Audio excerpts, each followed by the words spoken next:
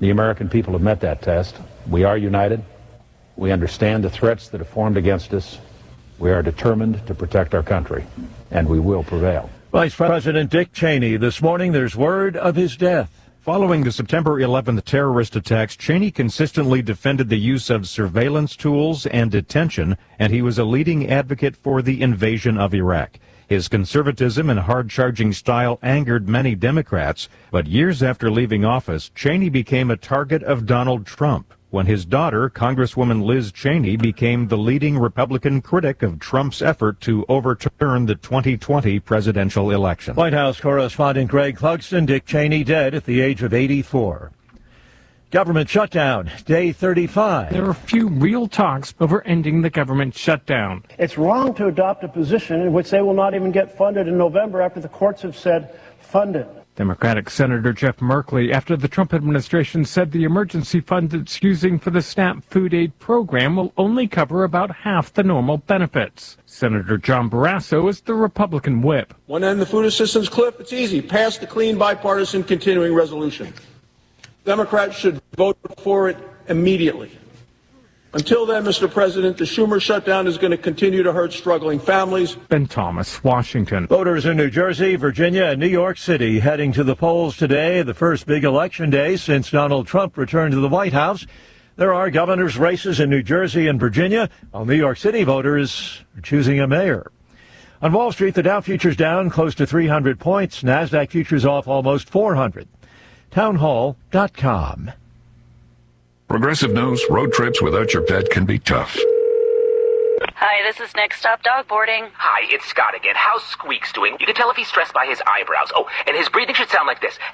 Scott, Squeaks is exactly the same as last time you called. Okay, let's talk in 20 to see if anything's changed. With Progressive, your pet is covered up to $1,000 in vet bills in case of a car accident. So next time, you can take your pet with you. Progressive Casualty Insurance Company and affiliates. Not available in all states. Coverage for dogs and cats is included with the purchase of collision coverage and subject to policy terms. Hey, I'm Mike Slater. My dad passed away at the age of 63. It's out of nowhere. Had a stroke. Super hard, obviously, for the whole family, but my dad had life insurance. This is why I have life insurance for my family, for my wife and 4 kids. And the best place to get life insurance is ethos.com, because you can do it in 10 minutes. And there's no medical exam and no blood test, just a few health questions. Get life insurance in 10 minutes so your family is protected. Ethos, E-T-H-O-S, ethos.com/Mike. A daring rescue high on a mountain in South Asia. Rescuers in Nepal are digging through ice and snow on Mount Yalongri to recover the bodies of climbers killed by an avalanche. The avalanche hit the base camp on Monday morning, but snowstorms have delayed rescue efforts. Better weather conditions have now allowed a helicopter to reach the site. 4 injured climbers have been flown to Kathmandu for treatment. The Nepal Armed Police have been rescuing trekkers from Mount Annapurna base camp. In a police handout, one officer says, "We're sending the people downhill, digging up a track on the snow. Because of a small river, it has made our job a little easier to find the route back." October is a popular trekking season for thousands of hikers on Nepal's mountain trails because of the usually favourable weather conditions after the monsoon rainy season and before the cold winter months. I'm Charles de la Tesma. News and analysis at townhall.com. Britain's antitrust watchdog is intensifying its investigation into Getty Images' plan to buy Shutterstock. The $3.7 billion deal would create a visual content giant. On Monday, the Competition and Markets Authority, CMA, announced an in-depth merger investigation. The preliminary inquiry raised questions about higher prices and the possibility of lower quality images. The deal was announced in January amid rising competition from AI-generated images. Bob Agnew reporting. Starbucks forming a joint venture with a Chinese investment firm to operate Starbucks stores in China. Under the agreement, Chinese interests will acquire a 60% stake in Starbucks retail operations in China, valued at about $4 billion. Starbucks entered China close to 30 years ago, but in recent years, the Seattle coffee giant has struggled to compete with cheap, fast-growing Chinese startups. More on these stories at townhall.com.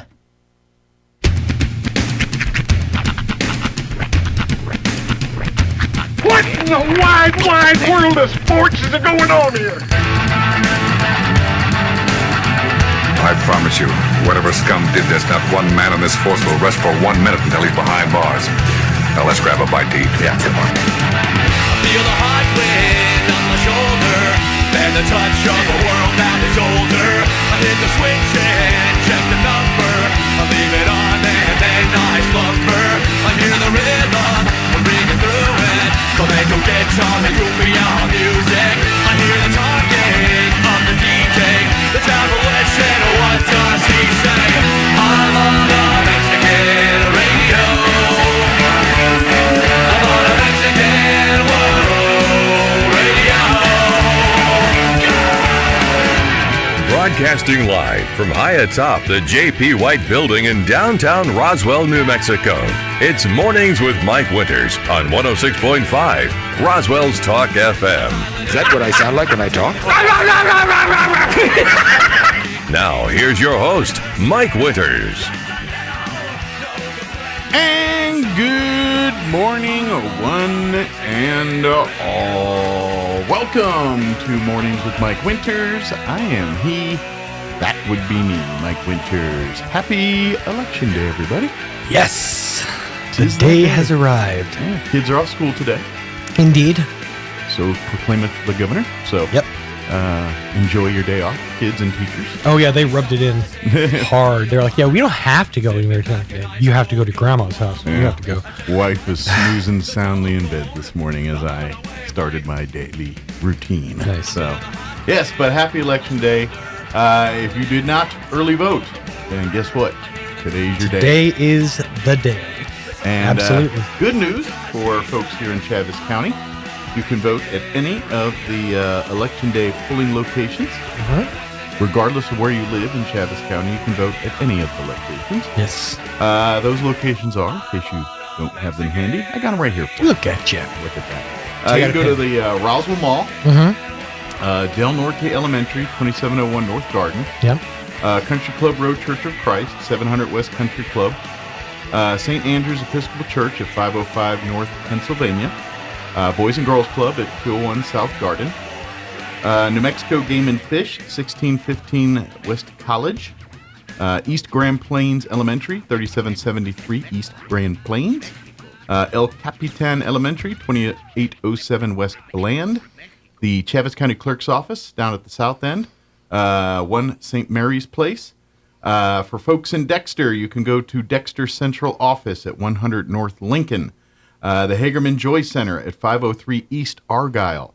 In Lake Arthur, you can go to Lake Arthur Schools, 700 West Broadway. And finally, Church on the Move on the south end of town, 901 West Brasher. So you can go to any of those polling locations today to vote. And please, if you have not done so, do so. Polls open at 7 a.m. right now, just opened, and will remain open through 7 p.m. this evening. So, yep, get her done. Make your voice heard, and remember, these are the ones that that actually make a difference in our area. These are the ones that matter for us. Yep. Absolutely. But yeah, it is. And I know, based on some posts I saw over the weekend, I believe the clerk's office, the early voting turnouts were very low. Okay. So yesterday I stumbled on this. I'm not going to say who it is because I'm not trying to sway one candidate or the other, but someone wrote a poem. Ooh, a poem, huh? Or reworked a poem for Election Day.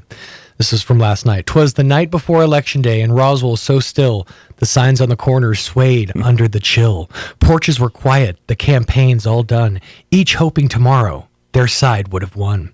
Neighbors turned in, their hearts full of pride, dreaming of change in the choices they'd tried. From Main Street to country roads out by the plains, hope hung in the air like soft desert rains. So sleep, little city, beneath moonlight's sway. Tomorrow or today, your voice will have something to say. That's very creative. Pretty cool, right? Yeah. Well done. And to all a good election. And to all a good vote. But yes, please go out and vote. And of course, if you are, I know Pecos Trails Transit is offering free bus rides to polling locations. So if you can get to a bus stop, tell them you're going to vote, and and then you go vote. Yeah. They'll take you to the closest They will location. get you there. Yep. No excuses. So go Your vote. employer is required by law to give you an hour off to go vote. Is it a whole hour? Yeah. Sweet. All right. Use it. Why do you smell like cheesesteak? I happen to vote at the Jersey Mike's, okay? They had a polling place right next door. Far be it from me to take advantage of the situation. They were giving out cheesesteaks at the polling location. See, that's what you do. You want people to show up to the polling locations. You got to do that thing that McDonald's does where they put the fries, like the fan under the fries, so it just exudes fry smell out the building. There you go. Put a chili roaster, right? Mhm. It's like right on the outer limits of each of the polling locations. I had an interesting smell experience this morning. Yeah? I was dropping the kids off, and as I was getting back to my car, I smelled what smelled like, in this order, like a burning building, but also roasting green chili. Do you think one begat the other? I don't know if they're related. I was like, I out loud to nobody said, "Seems a little early to be roasting chili." Maybe someone's house caught fire and started roasting their unroasted chilies in there. Oh my God, the chili closet! Get to the Rastras! I know it's a tragedy, but it smells delicious. It smells fantastic over here. Well, hopefully the two aren't related. Yeah. Maybe they started the wood. Maybe it's, Yeah. or maybe they're related, but it's not. One's a burning house. One's It very well could be somebody setting up their own like chili spit. It is I don't know. cold. It is fire barrel season. It is indeed. Yeah. Yep. And although it's going to be 85 today, so Right. figure that one out. Once the sun goes away, here's the thing. I don't know how it's different, why it's different from like summer nights. Right. But once we do the time change, 5:30 hits, the sun goes down, 6 o'clock hits, and it's midnight. Yeah. I mean, it's like I was driving home last night at like 8 o'clock, and it was pitch black. Yeah. Yeah. It's and I'm not going to lie. Like this morning, it was daylightish when I was coming to work. And that ain't right. It's that's what I'm saying. And more people are out. Yeah. I swear there was a heavier traffic flow this morning. I was like, why is there more cars around me? This is never the case, and it was weird. Like I had to deal with the people turning into McDonald's. You know how that comes up everybody because they got to come to a complete stop to turn into McDonald's because they can't drive cars around here. And so I was like, why is there a bunch of that this time of the morning? I usually never have to deal with that kind of stuff. And I'm like, am I late today? And I'm like, it just triggers people. Some people are just like activated by the sun. Yeah. And so since it's up earlier, I guess I am too now. Yep. They were out and about this morning. Yeah. Gumming up the works. Gumming up the works. Maybe they're going to eat and get ready to vote. Maybe that's what it is. It's a busy day. Maybe that's what it is. Tis indeed. It's election days. You know, it's lots and lots of stuff going on. I bet that's what it was. Now that I think about it, people are out. It's election day. People are getting their day going, and that's what it is. Because even like yesterday, it wasn't like that. I mean, it was light, but there was not 60 cars around. Yesterday was sort of like the transition day. It's like, all right, we did the time change on Sunday. We had our day off on Sunday, and now it's let's get back to work. Right. Reticent of this. Everyone just took Monday off. The time change. And then they're like, the kids are off. I'll just take Tuesday. Just gonna make a week out of it. I feel like that's right. It'll get me fully adjusted. Don't forget, it is Veterans Day week for a lot of the schools. I know Goddard High is doing their Veterans Day celebration Thursday, I believe. I think Roswell's doing their Friday. Don't quote me on that. But various schools, please get out involved in those. This Saturday is Veterans Day, the city celebration here downtown in the courthouse lawn, beginning about 8:30 or so. Honoring women in uniform at this year's Veterans Day celebration. So that's going on all week. Please get involved in many of those. Don't forget, it is football Saturday this week, as Roswell is a 2 seed in the playoffs for football, so they're going to enjoy a bye week. Artesia 1 seed also. Goddard got in at a 5 seed. They're going to be hosting the 12 seed Deming on Saturday here at the Wool Bowl. We will have that game definitely on the radio right here on 106.5. That's a programming change. We're going to be carrying that game for you right here between Goddard and Deming on this signal, 106.5, Roswell's Talk FM. On this frequency. On this, yes. But Chris and Chris will be calling the game. Yes. Kickoff is at 1 o'clock. We have not been given full-on permissions for video yet. We are still seeking to procure those. Once we get them, we will let you know. Yep. And we will definitely let Tanner Todd know. Much to his chagrin. No, it was funny. We were having a programming meeting and we were talking, and Tanner was like, "Well, as soon as you load, as soon as you find out," and Gene's like, "I will. You'll be the first person I call." Tanner, it was just funny. Tanner was like, "I need to know now," and I was like, "Well, I need to know before we get the rights. Yeah. 20 minutes before they approve it. Let me know." I want to mind meld with the NMAA guy or whoever it is, ProView guy. I just reached in my pocket and ran into the biggest problem facing parents post-Halloween: wrapper pocket. Ah, yeah. not MC Hammer wrapper pocket. You steal a few Candy pieces of your pocket. kids' candy, those wrappers got to go somewhere. Yep. Slipping them into a pocket. I hope someone giggled at my MC Hammer rapper reference. I- Of all the rappers I could have. I appreciate it. In fact, I say we turn this mother up. That's right. All right. Let's. I could have gone Young MC. Maybe I should have gone Young MC. That's a more obscure reference. That's a pretty obscure reference. Hey, bust a move, man. Hey, come on, Fatso. All right, let me give you the rundown and get her going here. We do have a full slate for you today. While you're out, if you're going to head out to go vote this morning, well, stick around in your car for a little bit. We're going to have Doug Weiser join us from the Walker Aviation Museum here in just a few minutes. Give us an update there. Of course, they just had Museum Day, like the other 7 museums in town on Saturday, so we'll get a recap of that and things on the horizon. In the 8 o'clock hour, about 8:15 or so, we're going to have Sandy Correa join us with Community Methodist Church. They've got a big fall festival on tap for this Saturday.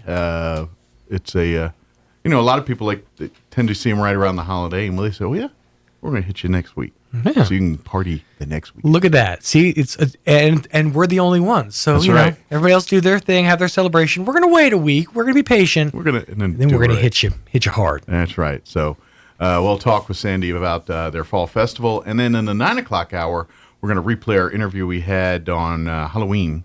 Nothing to do with Halloween, just so happened to be on Halloween, with Carl Shelton and Chris Lauderman with the Conquistador Council talking about their 100th anniversary gala this Saturday, which I was told, even though reservations have passed, if you call, they can get you a reservation.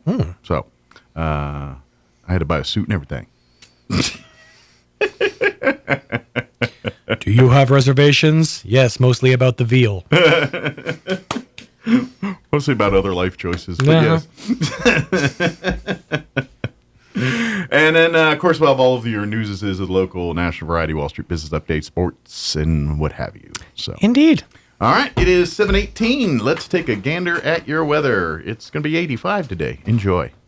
I'm meteorologist Steve Hamilton with your Pecos Valley weather. Pretty good conditions over the next couple of days. High pressure will stay put over the area. We have a low pressure trough east of the mountains that'll crank our temperatures up a little bit today. We're in the mid-80s and sunny. Overnight will be clear with mid-40s. Looks about the same for Wednesday and Thursday. Sunshine both days. Afternoon highs in the mid-80s. A little bit cooler for the weekend. That's your latest forecast. I'm meteorologist Steve Hamilton. Steve went a little techno club there for his music bit. Currently 43 degrees here in Roswell. Humidity is at 58% with winds still broke, I guess, out there, not available. So sunny for today, 85 for a high. Winds are out of the south, 5 to 10 miles per hour. For tonight, mostly clear. 45, kind of warm for an overnight low lately, seems like. West winds at around 5 miles per hour.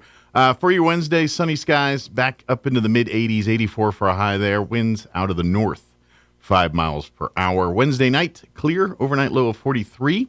For Thursday, sunny, 84 once again. Winds will be out of the west, 5 to 10 miles per hour. While you've been enjoying that 80, 85, 84 all week, Friday throws a little chilly dipper in there. Sunny on a high of only 75 on Friday, so a little cooler for the Friday. And then Saturday, sunny back up to 82. And then Sunday drops down into the mid-60s, 65 and sunny.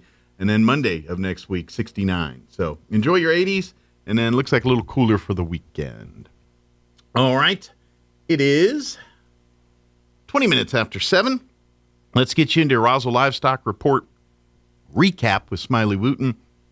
We'll take a quick commercial break after that. And then Doug Weiser will join us here from the Walker Aviation Museum. Don't go away. You're listening to Mornings with Mike Winters. Good morning. This is Smiley Wooten at the Roswell Livestock Auction. 2,261 head of cattle sold on Monday on an uneven market with excellent buyer attendance. Compared to last week, stocker calves sold 10 to 15 higher, feeder cattle 8 to 12 higher, packer cows and bulls $6 to $8.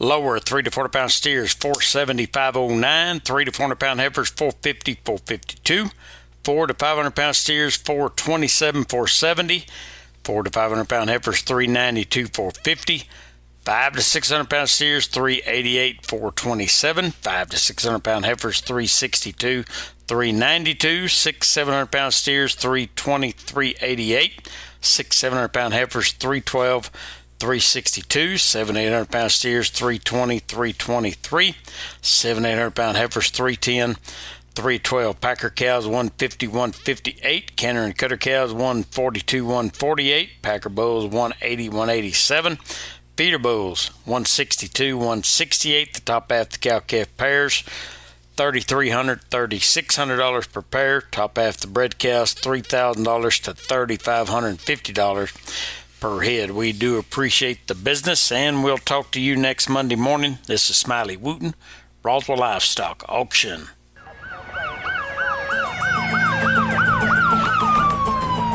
When you or a loved one need medical transport, Trans-Aero answers the call. Trans-Aero Medevac operates 3 rotorcraft bases and 1 fixed-wing base in southeastern New Mexico, allowing them to respond quickly to emergencies across diverse terrains. Their fleet extends coverage deep into New Mexico and West Texas, including Artesia, Carlsbad, Roswell, Ruidoso, Midland, Lubbock, and the surrounding areas, ready to answer the call when every second counts. Trans-Aero Medevac, proudly serving southeastern New Mexico and West Texas. Loan for free, thanks to the partnership from the City of Artesia and Trans-Aero Medevac. Life support by air. Support career and technical education programs for Chavez County. Support the ENMU Roswell Mill Levy. Supporting this mill levy would increase funding for career and technical education programs to prepare students for in-demand jobs in our area, strengthening the local economy and meeting community needs for healthcare professions and skilled laborers. Dual credit students from local high schools will benefit from expanded program options. Increase career and technical education in Chavez County. Support the ENMU Roswell Mill Levy on November 4th. Early voting begins October 7th. Paid for by the ENMU Roswell Foundation. Injury, surgery, or illness can set you back, but you don't have to recover alone. At Artesia General Hospital, our rehabilitation services team provides physical, occupational, and speech therapy to help you regain strength, mobility, and confidence. Take the next step toward recovery. Call 575-736-8174 today to schedule an appointment and get back to living life to the fullest. If you plug your nose, you can't tell the difference between an apple, potato, and an onion. Unless you open your eyes. Here's Mike Winters. And good morning. It is 7:24, and joining us in studio this morning from the Walker Aviation Museum, Doug Weiser back with us. Morning, Doug. Good morning. I'm happy to be here. Glad to have you. How's life in your world this morning? Life is good. The weather's great. We had an exciting museum day on Saturday. I think everybody did. So. Yeah, it was a busy, and it was a busy Saturday too. With a lot, I know walked into Alzheimer's was going on that day. The museum day. I know just a lot of different community events and a lot of trick or treating, Halloween stuff still going on. So a lot of events.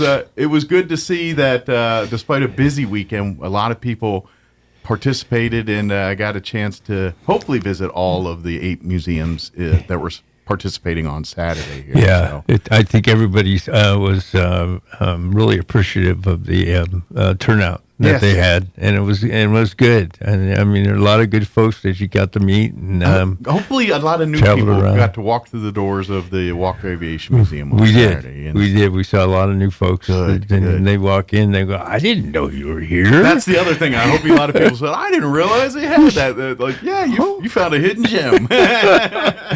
Even people that jump on flights, they walked by. I've walked by this and so many times, and they might see some of the model airplanes, but that's about as far as they get to. Yeah. And then they don't realize, no, there's a whole deal in there, a whole legacy there of what Roswell was about. But, and of course, for folks not familiar, in case maybe I should start there, I always forget. I feel like everybody's been listening and knowing every day. The Walker Aviation Museum is located there in our air terminal, and it is a museum that is dedicated to what was once Walker Air Force Base, before that Roswell Army Airfield, which had a huge role in the training of bomber pilots during World War II. And then, of course, into the Cold War era, with being the tip of the spear with the latest in bombers and stuff through that time. Obviously was shut down there in the late 60s. Mm-hmm. Also, the museum pays tribute or homage to the early first-generation intercontinental ballistic missiles. Roswell was also home to those first generation, the dangerous ones, the ones that were like liquid fueled. Yes. Very, till the Titans and Minutemen and the more safety and more advanced missiles came along. But those first generation Atlas, they were right here in Roswell. So the museum also kind of pays tribute to that era of this part of our history. It does. Yeah, they were double tipped. I mean, and liquid fuel, nuclear tipped. I mean, they were definitely the first defense. Yeah. Matter of fact, while you're out there, they just honored a placard there in front of the airport. Or right there is the welcome area. I don't know what you call that, the atrium or whatever. Where you drive up and drop off, kind of thing in the front there, where they have the garden and all that and stuff.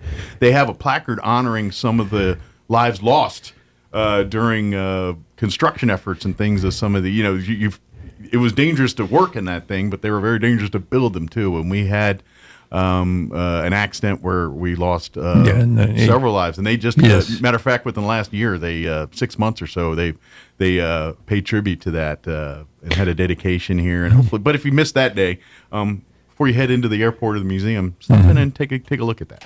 Yeah, it's great. We did that February. We had February. That's it. Yeah, we had a ceremony that honored 8 people that died in that fire. Mm-hmm. And it's such a cool. And here's the part too. The museum also is while keeping its eyes on the past, is also looking to the future with the STEM side of things and promoting, working with youth and offering opportunities for youth groups and really anybody that wants to learn more about STEM-related careers, not only in the air industry. Now, they do have a special little spot for that, but really all STEM-related career fields pretty much in southeast New Mexico. Walker Aviation Museum's got information about it and a path to get you to maybe start the path down pursuing one of those careers. Yeah. If you want to become a pilot, they have a flight simulator, and we had those cranked up on Saturday. Yeah, and you get and there is a path you could go in there and get kind of checked out on it and start actually logging flight miles towards getting your license and everything else. So yes, we celebrate history, but we also look to the future, and that's really what the museum's all about. Yeah, we had a young lady out that on Saturday that volunteered from the first tee, and she was interested in all the careers that have to do with aviation, and Robert Sherman, who's one of our volunteers out there, probably you always call the main guy. Yes, well, he's here when Doug's. It's either Doug or Robert who's joining me on the we alternate, yes. But he showed her Brooklyn was her name, and we showed her basically all the different careers, and she was amazed at everything that was out there that had to offer. And I said, "You're welcome to come out anytime and take a look. You can get on our website and take a look as well. So you don't have to physically be there. there's an opportunity to just jump on the website and take a look. Absolutely. I did not know how many careers. In fact, she goes, I don't really know what I want to do when I get out of high school. I go, well, I think probably 99% of people don't know what they want to do when they get out of high school. Yeah. And some are years out of high school and still figuring it out. I told her that. Some are blessed that I know exactly what I want to do, and that's happening. The STEM careers are they're looking for people that. Anywhere from flight nurses to plumbers, electricians. We did a little, probably a episode of wind generation for energy. The careers in that are just phenomenal. So there's a lot of stuff. Absolutely, and looking, going back to the aviation industry. I mean, yes, we got. Obviously, with the government shutdown and the delays that causes, but prior to that, with the lack of personnel, qualified personnel at all levels of the air industry, from pilots to checking agents to baggage folks to mechanics to logistics people, they are lacking in those industries, and so youth that are looking to pursue careers, you can really probably write your own ticket in this time. You're gonna work where you want. Dictate salaries that are going to really be family raising salaries that you can really build a family with. So good stuff. Hey, we had a young lady. The first one that was in on Saturday was somebody that was going to join the Air Force. And she wanted to. She had already been in negotiations, so to speak.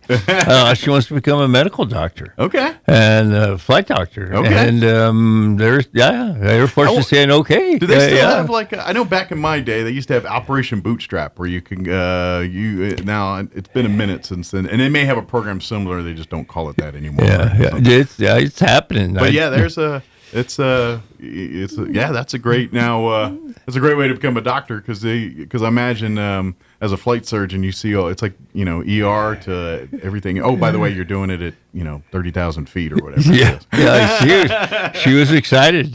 She had been out of high school for about a year and didn't know what she wanted to do. And she had talked to a recruiter and talked to somebody higher than a recruiter and different things like that. So I was ecstatic about that. I have a friend that I've known since middle school, and when he went into the Air Force, he was not a doctor, but he was a flight tech. So basically, he was kind of like a flight nurse. Correct. He would do all the IVs and do all, but on the airplanes and his. They don't even have these. His first aircraft he was assigned to was the C-141s. Yes. Which those aren't any longer in the inventory. In the air. But that was his first. And I think he went to C-17s or something like that. It's an interesting career field. Yeah, and air traffic controllers. Hey, there's a big need for those right now. Well, and it's a high stress job, but if there's enough personnel in the career field, then it's all right. They can you give them hours and do the mental health and do all the. Instead, there's a shortage of them. They're having to work longer hours, and it's a high stress job, and people flame out. That's just what happens. And she asked me about that, and I go, there's videos out there. Are there any movies? And the only one I could recommend, which was probably not the best, was Pushing Tin. But I remember that movie with Billy Bob Thornton. Bob Thornton. She didn't remember Billy Bob Thornton. Edward Norton didn't remember him. But you can probably say Jolie, she remembered her. Yeah. Well, that's a great job. But it does. If I remember right, that movie does good. It's been a minute since I've seen that movie, but it does portray the stresses of that job. Now, if I remember, there's a whole side story there that has nothing to do with air traffic controlling, but it does. Yeah, you're right. As far as movies go, they kind of give that image. That's about it. The other ones I've seen are not. It's movies like Hot Shots and Airplane and. Those are nowhere close. Nowhere close.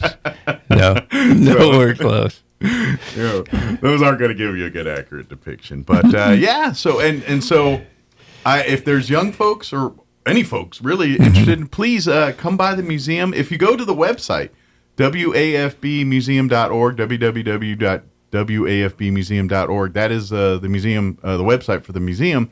And all of the videos and stuff you can access through the website at the comfort of your home. But if you get lost, come on down and they can have it. We'd love to see you. We're there from 9:30 to about 12:30, Monday through Friday. Mm-hmm. I know it's tough for young people, especially if you're in school, to make it out that way. Off. It's election day. Come on down. Yeah, there are days off and different things like that. We're there. We're trying to expand a little bit. We're getting some new volunteers and different things like that. So, well, and we're always looking for more too. If you're interested in being a volunteer, yes. either as a docent or maybe there's some other sweat equity work back there that needs to get done, yes. things like that.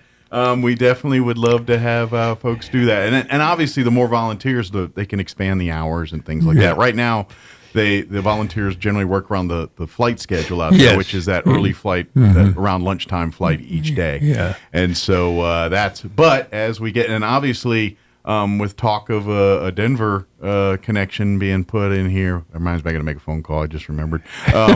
That's gonna a need for more people and a need for more volunteers here. So, so we're definitely looking for, and obviously serving on the board too. I don't know if there's open. Spots, but always board membership is always open. And that if you have an interest in there, and I know you got some great board members that are really dedicated and are the reason the museum is what we call it today. But they could always use a few more friendly faces on the board there.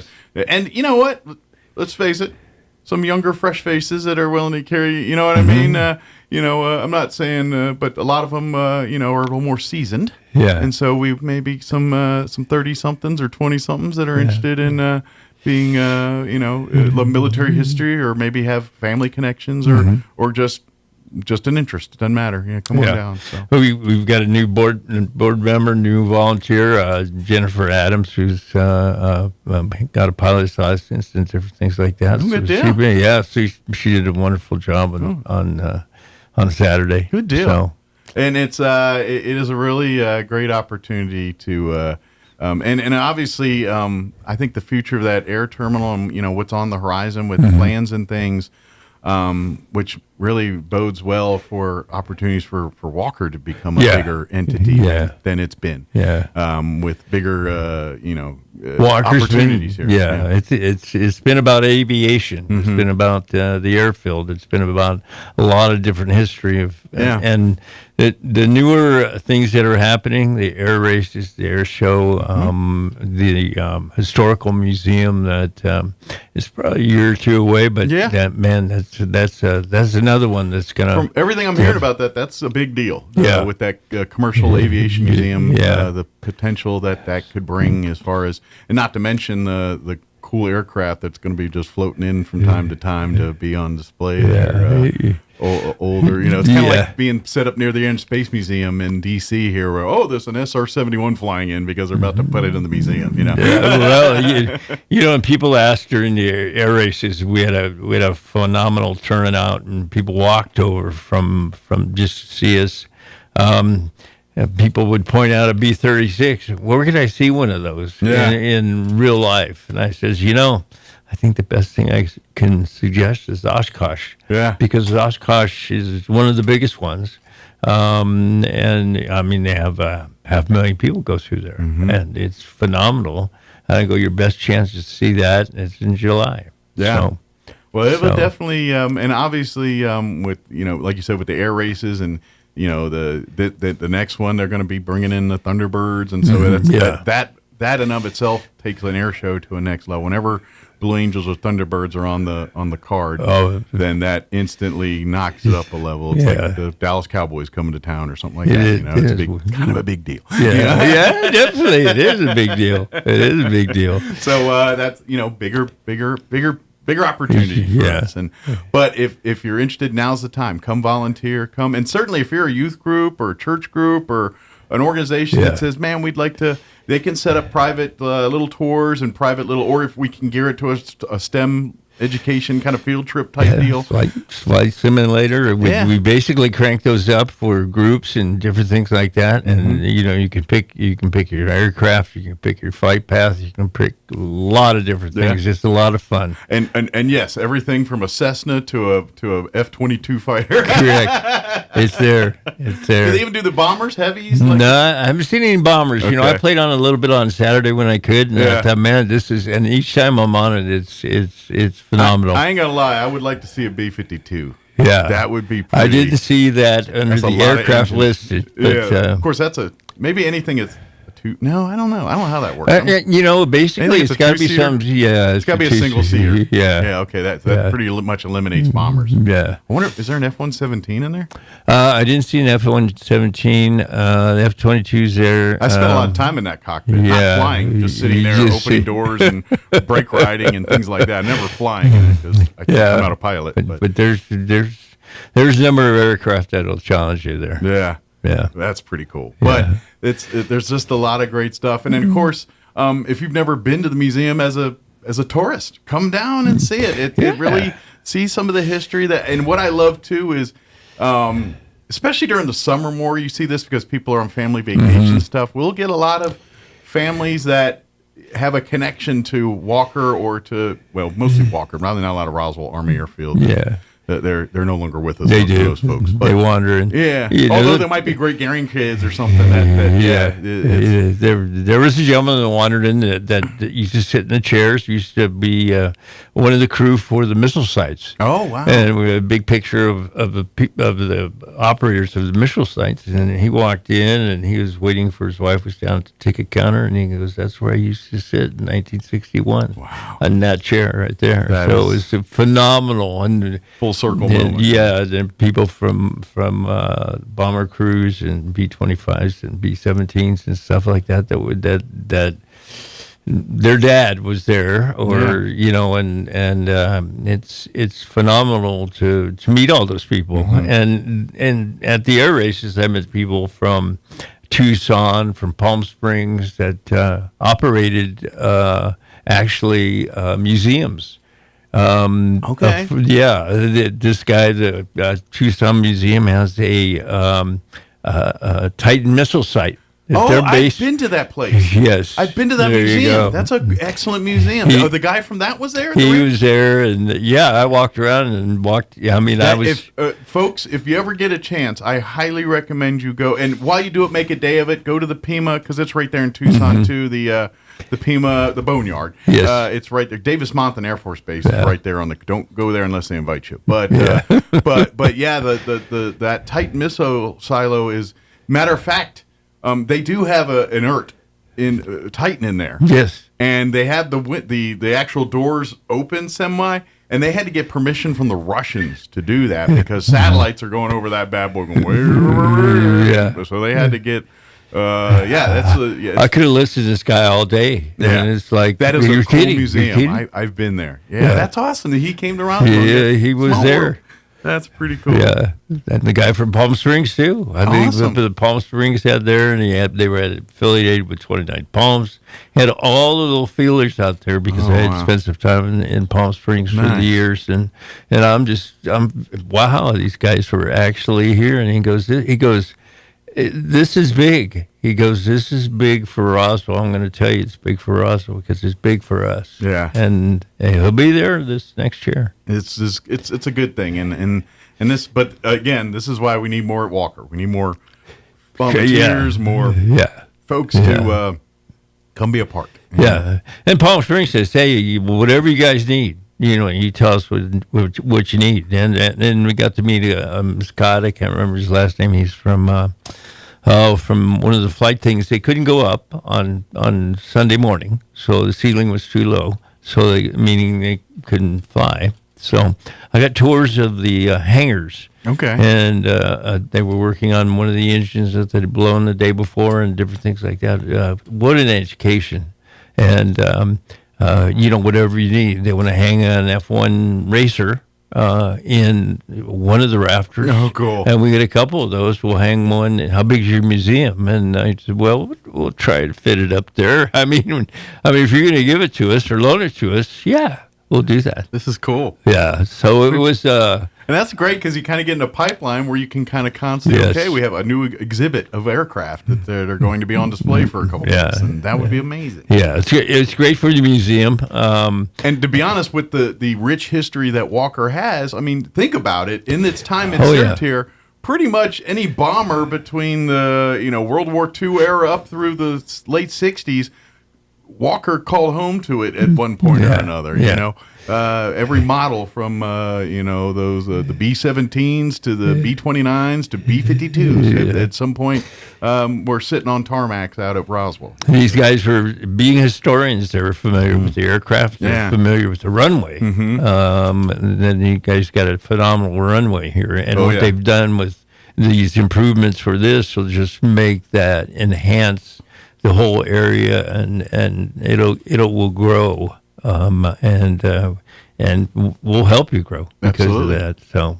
the possibilities are here, and this is it's exciting, and I think yes, Roswell will always be known for aliens first. That we're not going to lose that. That's all corners of the globe know that. But people be like, oh yeah, they also have a huge history of aircraft and military history there, and now with the air races and everything else, it'll be an airplane mecca. They think of that's a place you think of like much of your military places for current stuff, Edwards, and now they'll be think of Roswell as this kind of mecca for historical aircraft and for that Cold War era history, and that's a cool stuff. Not to mention tipping to the future with the air races and that kind of in that Red Bull cutting edge type exports type deal. So it's pretty cool. So. It's a great genre, and they Walker housed the aliens. Who went and got the aliens was personnel from Walker. Those the guy, all the brass at Walker were the ones that were out there doing the covering up or the whatever store you buy. That's the one they were doing. Exactly. Exactly. So, but and that's something else too I want to mention before we wrap up is the museum also. We talk about the airplanes and what was going on there, but it is also the people that called it home. That history too. The baseball clubs, the life at the NCO club or at the O club, or what they did when they weren't training and jobbing. What was life like, and the stories of the the dances or the different between town and the military folk, those kind of intermingled events, and that it studies that history too, and the life of the people that called it home. Yeah, there was it was a lot of kids, a lot of young kids, and everything like that. They're looking at a bicycle that they used to use to deliver the mail. Yeah, and she's asking, what was this used for? And you ride around and deliver these, files and letters and different things like that. And I go, that's way before the internet. So you got to understand that there was no internet, and the telephones wouldn't. Sometimes they were spotty. You couldn't fax anything, and I know fax is antiquated right now, but they still use faxes for certain secure documents. I was about to say, even back during early Cold War, a fax would have been way state of the art if they had it at all. That was just limited to military type people. At that point. Yeah, you weren't getting junk faxes at your office at that point. That was not until the 80s. But I hope she appreciated the way I tried to frame that a little bit. How technology, and just although I would argue the furniture, the desks and the chairs of that era, we should just keep that, because you could pretty much drop a bomb on it, and you just have to dust it off, and it still worked. We use a desk. I know there's one in there. Yeah, there's one in there. That's got to be circa 1949 or. Now, granted, it takes a team of mules to move that thing, but boy, howdy, is it sturdy! Oh my gosh, but they didn't make things like they did. No. Back then. Yeah, it's kind of funny. There was and this was a TV show. I saw it, but it does prove to the point that, and they were talking about it was some Navy guys talking. And he's got an ashtray there, and he's sitting there with his cigar, and he goes, and someone's talking to me, that's the problem. They paid $80 for that ashtray. And we don't need to be paying $80. And so they get to talking, and he goes, you know why it's $80 for this ashtray? And he starts beating it on the ground. It won't break. He goes, so when we get attacked, it won't shard glass on everything. That's why it's an $80 ashtray. I can believe it. But that's kind of the logic. But those desks and chairs, you could, what? During the nuclear war, you probably should go into those desks just fine. That's what they taught you back then. Yeah, they did. But I'm joking a little bit. But yeah, that's what to see that technology and to see all that. So please, if you're interested in volunteering or want to learn more, or definitely come and bring a group by, please do so. And we're just looking to, as the world's growing around us and bigger, more exciting things are coming in, we want to make sure that the museum is growing and being very much a part of that. Yeah. So, yeah. Good deal. Walker, again, to get a hold of them, probably the best bet is to go online, www.wafbmuseum.org. And it's a lot of W's. Yeah, it's a lot of W's. But it's short for Walker Air Force Base Museum. There, you can go there. You can learn more about what we're talking about here. Obviously, all the STEM videos and links to careers education. You'll find tabs for all of that there. If you'd like to donate, I think there's a donate tab. Your donations, it's a free museum, but people leave donations and things, and that's what helps keep the lights going and the bills paid and all that good stuff. And of course, if you're interested in serving or want information about having your organization or group schedule a tour, you can do all that through the website too. So, and there's a Facebook page too. That way, every time there's from time to time special events or the Navy guys will come through, or some other group will come through, and they'll do a special thing with the kids while they're here, and you always catch those on the Facebook page. Yeah, we had just real quickly, we had a group, a couple guys from England that came and did the radar array. There's an array. Yeah, there's an array that's out. I forgot. Robert talked about that last time. I forgot, they had a good. I saw the things from the event. It looks like they had a good turnout. Well, we had some people from the Trinity site. Okay, because it's only open once a year, but they decided to close it, and these people drove all the way to hear these two talk about the array. Wow. And it's so interesting. It's still, parts of it are still out there. You can still go see it. So and we're one of the few people. I think there were 8 of the arrays around the world. Okay, and Roswell's just one of them. Well, when you got a lot of dirt and not a lot of people, it tends to things like that get done out there. Yeah. So, but we had that. We have speakers every now and again like that. Yeah. So if y'all ever get bored, just Google Earth New Mexico. Yeah. There's particularly this part of the New Mexico. You'll see all kinds of crazy things, from swastikas in the dirt to other stuff, and that's all because they were bombing places. And back in World War II, they're training and bombing, and they got to have something to hit. So there's a lot of history in New Mexico. I mean, it's a lot, and then, like you said, there's arrays out there. Oh my gosh! I dare imagine some of those missile silos and things too. Some of them are B&Bs and things now around the area, but there's still 1 or 2 that are probably just sitting there. There's 12 of them. Yeah. They're out there, and some of them are improved. Robert has pictures of some guy that's improving it, and it's going to be I wonder Airbnb. with what's going on here with the museums. I wonder if someone will have the wherewithal to maybe restore one to make it like that. They're working on that. Okay, so this like guy's pretty close. Tucson there. Yeah. That would be amazing if we had one of those. No missile, but when the guy said there's a missile in there, I'm going, you're kidding me. Yeah. I'm just blown away. I've got to get out there. Yeah, it is cool. I got pictures on my phone somewhere. In springtime, I'm heading that way. I'm gonna do a tour on my way. It is, and then please go to the Boneyard afterwards if you've never been. I'm going to try, because it's just a phenomenal thing. One room that I really appreciated, and as someone who's on the Walker board would appreciate, they have one hangar that's really totally dedicated to B-17 and the B-17 crews. Oh, okay. And so you go into this, and it's like a 2-story hangar, and in the middle they got a real cleaned up, tricked out B-17, beautiful. But on the 2 stories of the walls around it are, 5x7, whatever you say that size, photographs of B-17 bomber crews. And it's literally floor to ceiling, 2 stories. It's just to see a visual of all these bomber crews.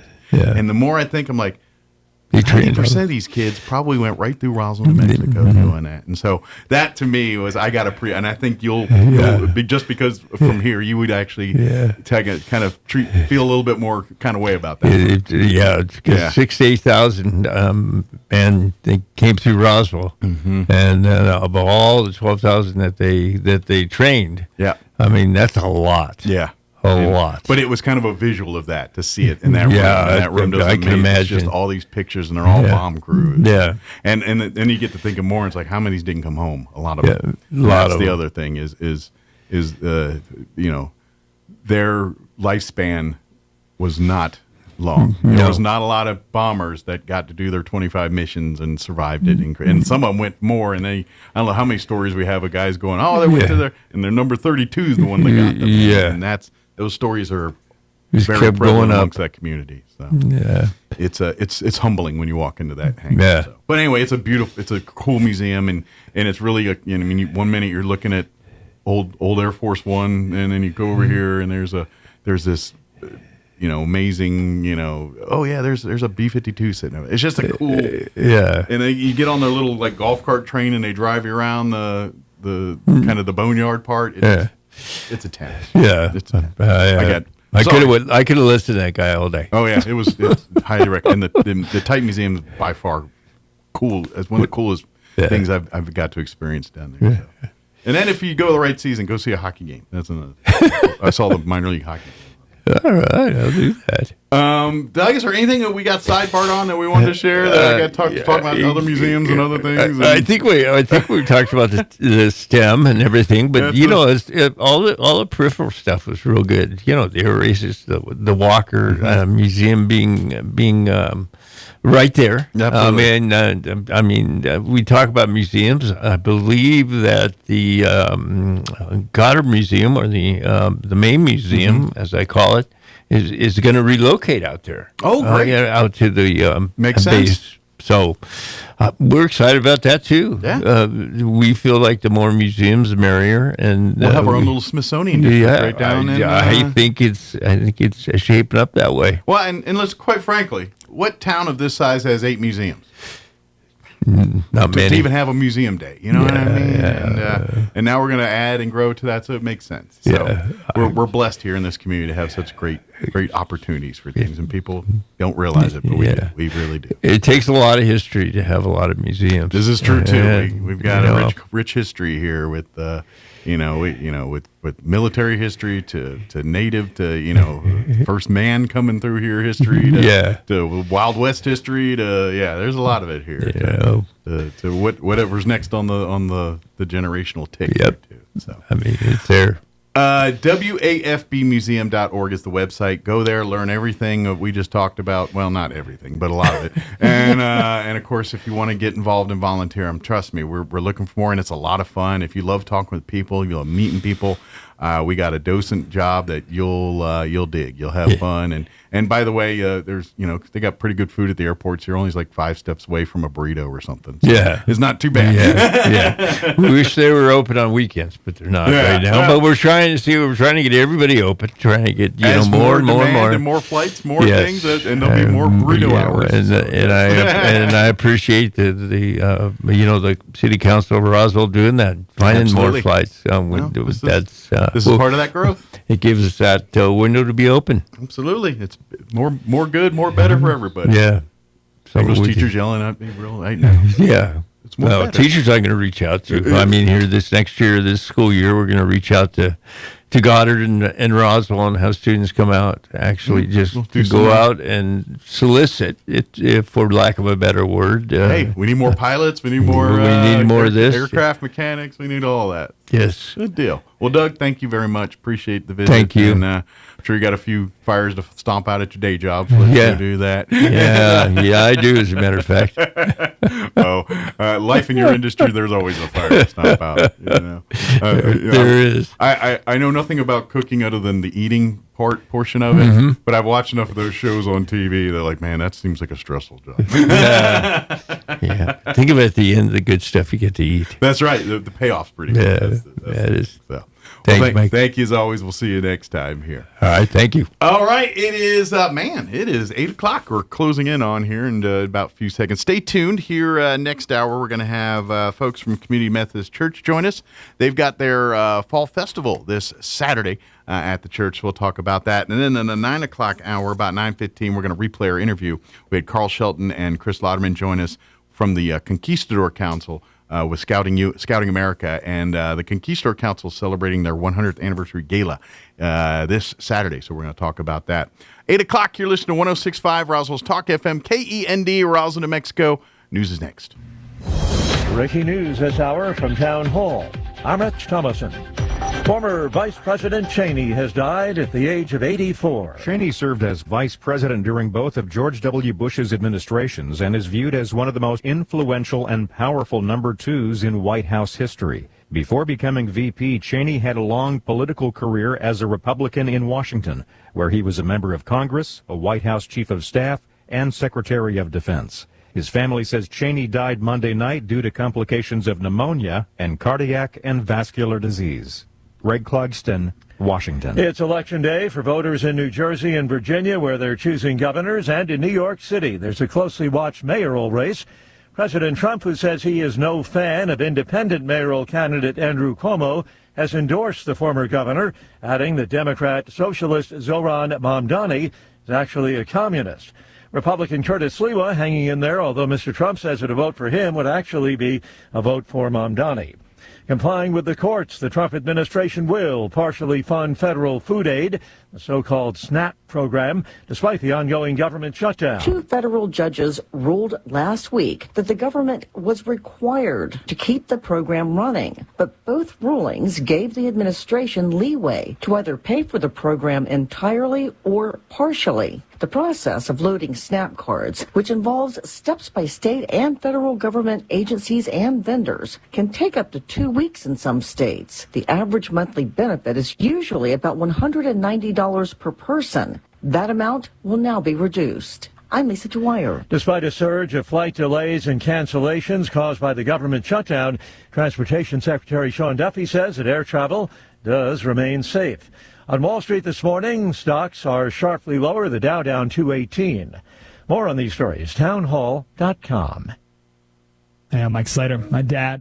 Here's an important message from the Diabetes Solution Center. Do you like pricking your fingers to test your blood sugar levels? No one does, but it's important to maintain your health. And now, by wearing a small remote device called a continuous glucose monitor, or CGM, you don't need to prick your fingers anymore. It's easy to use and helps you make more accurate diabetes treatment decisions. If you are testing your blood sugar 3 or more times daily, injecting insulin, or using an insulin pump, call the Diabetes Solution Center right now. And if you have Medicare or most major insurance coverage, you may be able to get a new CGM at little to no out-of-pocket cost. Shipping is free and will even bill your insurance company for you. If you are testing your blood sugar 3 or more times daily, injecting insulin, or using an insulin pump, call the Diabetes Solution Center right now to learn how to end the painful finger sticks and get your own continuous glucose monitor, or CGM, at little to no out-of-pocket cost.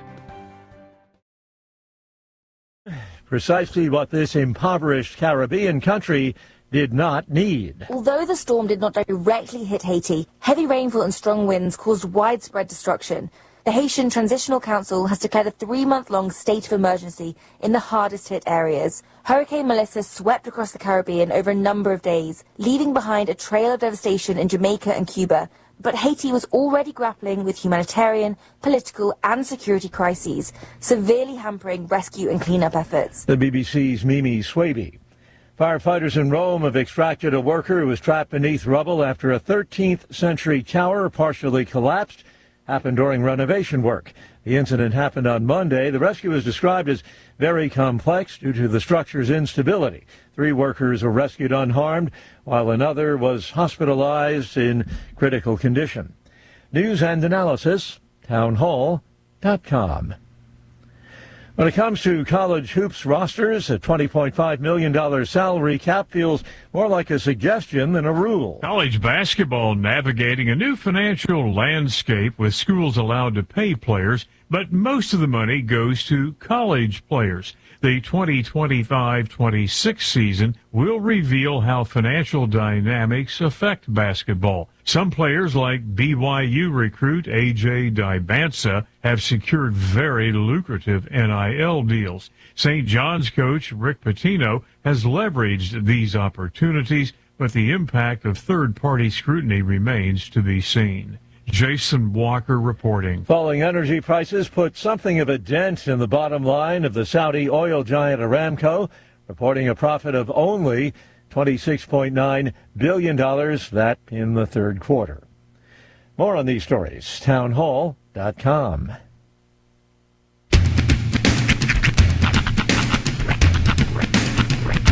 What in the wide world of sports is going on here? I promise you, whatever scum did this, not one man on this force will rest for 1 minute until he's behind bars. Now let's grab a bite to eat. Yeah, come on. I feel the hot wind on my shoulder, and the touch of a world that is older. I hit the switch and check the number. I leave it on and then I slumber. I hear the rhythm, we're ringing through it. Flamenco guitar, the cumbia music. I hear the talking of the DJ. The travelist said, what does he say? I'm on a Mexican radio. I'm on a Mexican radio. Broadcasting live from high atop the J.P. White Building in downtown Roswell, New Mexico. It's Mornings with Mike Winters on 106.5 Roswell's Talk FM. Is that what I sound like when I talk? Now, here's your host, Mike Winters. And good morning. It is 6 minutes after 8 o'clock. Welcome to hour number 2. The Deuce. The Deuce. Indeed. Right here on 106.5 Roswell's Talk FM. Happy Election Day. It's not that election. It's not that one. No. It's the only election-based song I could think of. I bet there's like a Sousa song in here or something. Probably. But I don't have it at the tip of my tongue. It's election day. Hallelujah. It's election day. Make up your own song. Yeah. Make your voice be heard. Choose your own tune. There you go. Make up your words. But yes, today is that day. If you did not early vote, then you got to get her done today. Good news is there are voting convenience centers throughout the county, and you can go to any one of them between now and 7 p.m. this evening and get her done. Now, before I list off these locaciones, Espanol is my second language. If you have any questions regarding your voter registration or absentee voting or any of that kind of stuff, don't hesitate to call the Chaves County Clerk's Office at 575-624-6614. Again, that's 575-624-6614. But you are free to vote at any of these locations today here in Chaves County. You are now free to vote about the county. That's right. At the Roswell Mall, Del Norte Elementary, 2701 North Garden, Country Club Road Church of Christ, 700 West Country Club Road, St. Andrew's Episcopal Church at 505 North Pennsylvania, Boys and Girls Club, 201 South Garden, New Mexico Game and Fish, 1615 West College, East Grand Plains Elementary, 3773 East Grand Plains, El Capitan Elementary, 2807 West Bland. You can also vote at the Chaves County Clerk's Office at number 1 St. Mary's Place on the south end. Don't go through the main entrance. Yeah. Otherwise, you're going to be hiking through an endless corridor of hallways. It's kind of hard to get to that entrance. Yeah. But it's kind of, if you turn like where Casa Maria is and go that way. There's like a parking lot that says "Vote Here" signs, all kind of at the south end of the building. That's where you go. Yep. And I mean, you can go to the north end, but you're going through a gauntlet of hallways. And no, basically like where Casa Maria is, if you turn in there, you'll find the signs to get you to where you need to go. If you ever saw the movie Spinal Tap, where they get in the dressing room and they try to get to the stage and they get lost. It's just like that scene. That's great. I love that. It's just like that. You can also vote at Church on the Move at 901 West Brasher. And then outside of Roswell, you can vote at the Dexter Central Office at 100 North Lincoln, and at the Hagerman Joy Center, 503 East Argyle, and at Lake Arthur Schools, 700 West Broadway. Yes. So you can vote at any of those convenience centers in Chavez County today until 7 p.m. Note that I know Pecos Trails Transit will take you to the nearest polling location. Just get yourself to the bus stop near you and tell them you're going to vote, and they will take you to the polling location that's nearby. Yes, indeed. Free of charge. Absolutely. You kind of reminded me of something there. I recently watched, and this is, I do tend to watch some obscure stuff on YouTube, and it was facts that you didn't know about the show You Can't Do That on Television. I loved that show. It was a great show. So, first and foremost, that it started as a Canadian public access show. That I knew. But the other thing is, they didn't ever hire actors. Like, they didn't want people who were like, came with their entourage or whatever. They just wanted kids who would like in between like classes or whatever. Canadian children. Yes. But the big takeaway is the opening credit scene, which the meat grinder and the school was inspired by the Terry Gilliam art style used in Monty Python. You know what? I did not know that, but I was thinking when you started saying art styles, like it's very Monty Python-esque. It's very matter of fact, they said had it not been for Flying Circus, they probably wouldn't have the same level of irreverence of a show that they had. I probably, I can completely see that. And and if I'm understanding, the actor, the character, the guy that played Barf, and he played a couple other, he was like one of the big deals of the creator. Or he was like one of the main. There was two main creators, and he was one of them. He was the one who most often worked with the child actors. Yeah, but I know he was bigger than just Barf. He was kind of like one of the producers or creators of the show. Yeah, him and, like you said, another guy there. But all those kids were just kids. A couple went on to famous. Alanis Morissette was the big one. There was another one they mentioned, but I couldn't remember who it was. But they said they would have their child actors would run for like a season, maybe two, and then they would move on because they never wanted people to get too big. Well, and although there was a certain cast of them that were there for a long time. There was, the I can't remember her name, but she had the brown, the curly hair, Christina or Christy. Christy, I think is what it was. Yeah, she was like through there the whole time, and she wasn't even. She didn't even go there to audition. She went there to like support her friend who was auditioning, and somebody basically said, "If you're not here to audition, get off set." Yeah. And so she ran some lines, and they were like, "We love her. You're in." And she became like the big. She was one of that blonde haired boy with the longer. The funny thing is, Alanis Morissette was only on for like 4 episodes. Yeah, she was on at the beginning, and then I think not there. There was way longer, but she's like the one that got most famous. But yeah, they kind of maneuvered it a little bit where they had a new cat, but like she and one or two others were like there. I don't know if the whole time, but a long time. So. And apparently, they wanted they sought to get slimed because you get bonus pay. Oh, like if you would normally get like I think it was like $75 for the appearance for the shoot. Some guy's like, I got a date this weekend. I don't know what I'm gonna do. If you get I don't know. they would like be in their dressing rooms. They sit in front of the mirrors, setting up their lines for the I don't know, like setting up how they would get to I don't know. Do you get water too? Like is that extra money too for water? Yeah, for water. Because if you remember the show, whenever you said water, you got wet water or water. Yeah. Or if you said I don't know, then the green slime would come out. Which, to be honest, now Nickelodeon is based all upon that green slime. Completely. And we wouldn't even have green slime had it not. So apparently, and this is the other, there's a lot of really interesting facts in this little thing, but they talked about how they had like a on-set catering or whatever, and they had to leave the set like immediately at the end of the season or whatever, so they kind of just put everything into a bucket that never got thrown away. Okay. That bucket was still on set when they came back over the summer, and it had gotten this like green foam substance, and that's what they first used.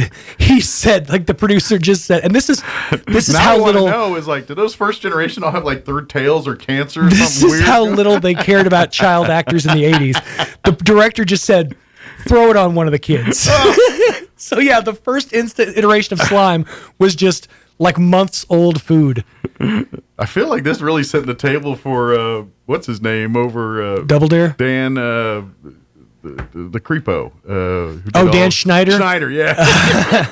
Well, I don't think anybody put their foot in it, so I think you're good I just feel there. like But this is like early setting the table for that. Yeah. Next generation later. But you just throw it on the kid. It'll be fine. Yeah. Hence the extra pay, I guess. Yeah. I hope, in my hope of hopes, like if you go to like Canadian malls or Canadian pizza chain places, there's like, come meet the original cast of You Can't Dead on Television, or I'm pretty sure most of the adult cast is gone by now. No, but I don't think so. I think you think like Barth is still here? He's gone, but I know the kids are still Oh, here. the kids. Christy's still, Christy or Christina or wherever her name was. I know she's still around. I saw a picture of her a couple years ago on something. Well, yeah, and they were in interviews during this little thing too. So I just hope like you go to like some kind of Christine McGlade is her name. Okay.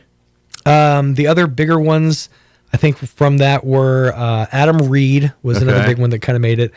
The one that you're talking about, the blonde kid, that would be Alistair Gillis. Alistair, yeah. Yeah. Okay. So yeah, and then just a bunch of people you've never heard of. I feel like you go to a mall and like you can go see him doing a bit. Or something. I got to imagine, yeah.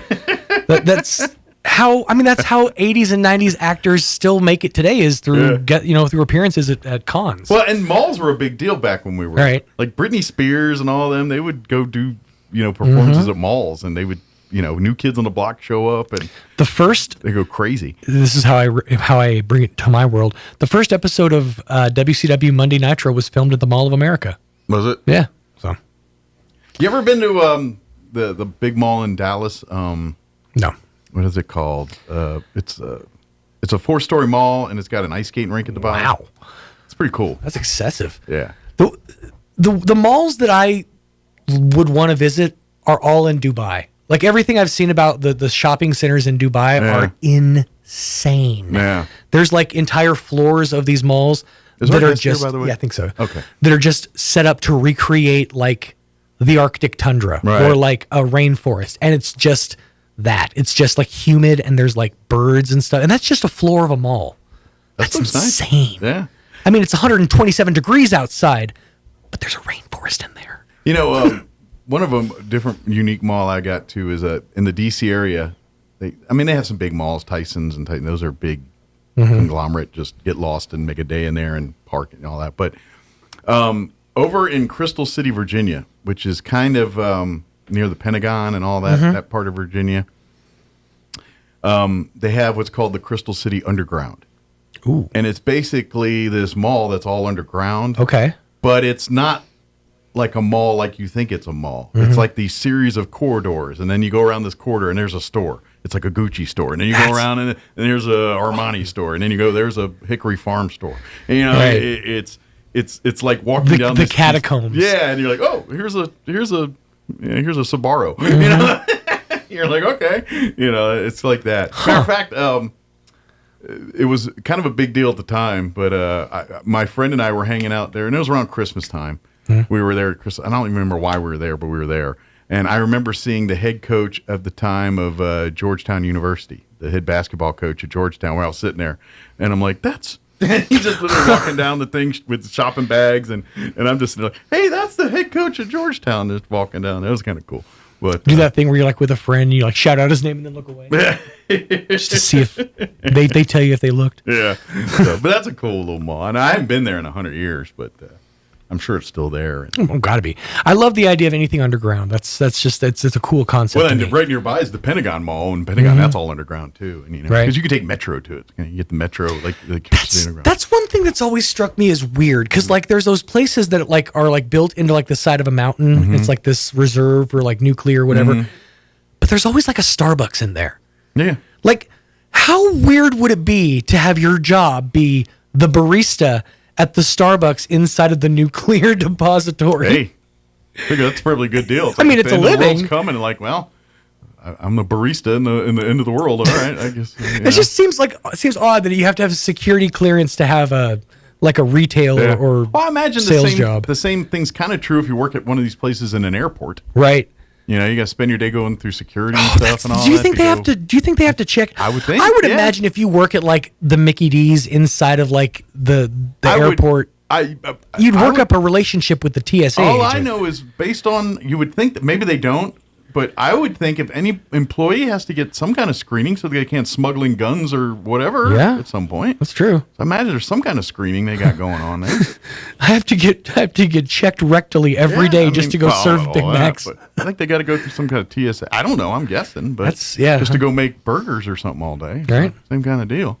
All right, we got to guess. We've hemmed and hawed. Well, I do have so many more questions now. We start thinking about places inside of places. But I believe Sandy Correa is joining us out in our. I can't see nothing, so I'm just guessing. From our Community Methodist Church this Saturday, they got their big fall festival, so we'll chit chat and talk about that, and of course other events and things happening through Community Methodist Church here. Very good. So later on in the hour, we'll get you up to date with news of the local variety, Wall Street business update, whatever else we can come up with for today's show. But first, your weather with Techno Steve. Oh yeah, let me hear this. Yeah, check it out, Techno Steve. Here's your weather. I'm meteorologist Steve Hamilton with your Pecos Valley weather. Pretty good conditions over the next couple of days. High pressure will stay put over the area. We have a low pressure trough east of the mountains that'll crank our temperatures up a little bit today. We're in the mid 80s. It's sunny. Overnight will be clear with mid 40s. Looks about the same for Wednesday and Thursday. Sunshine both days. Afternoon highs in the mid 80s. A little bit cooler for the weekend. That's your latest forecast. I'm meteorologist Steve Hamilton. Thank you, Steve. Currently 50 degrees here in Roswell. Humidity is at 44%. Wind's still not available. I guess the wind gauge is broke. It was like that yesterday, too. Sunny today, warm, 85 for a high. Winds will be out of the south, 5 to 10 miles per hour. Tonight, clear skies. Overnight low of 45 degrees. West winds at around 5 miles per hour. Wednesday, sunny and 84 for a high. Winds out of the north at 5 miles per hour. Tomorrow night, clear skies. Overnight low of 43. Calm winds. Thursday, sunny skies, 84 for a high with winds out of the west, 5 to 10 miles per hour. For Friday, a little cooler, so enjoying the 80s all week, and then it drops down into the 70s. So it's not so bad. I mean, it's not like parka weather. But sunny, 75 for a high on Friday. And then Saturday, we're in the 80s again, sunny and 82. And then Sunday, we chilly dip down into the mid-60s, 65 on Sunday. And then 69 when you start your week next week on Monday here. But enjoy mid-80s through at least Thursday of this week. All right, it is. Let me go back to my other computer here. 22 minutes after 8 o'clock, we are going to take a quick 3-minute break. And then Sandy Correa will join us here from Community Methodist Church on the other side. Don't go away. You're listening to Mornings with Mike Winters. We have new dining furniture that will make you a hosting hero. This is Melanie from Glenn's Furniture. Take a break from overpriced stores. Our top-notch tables come in dining and counter heights and feature 6 to 10 chairs with styles that are sure to impress your guests. Pair your table with luxurious buffets and servers to enhance the classic dining experience. All our tables are ready for immediate delivery, so buy from Glenn's today and dine on it tonight. Come see us on the corner of Union and Alameda, where delivery is free since 1953. All right, Mr. Gobbles, it's that time of year again. Got any last requests?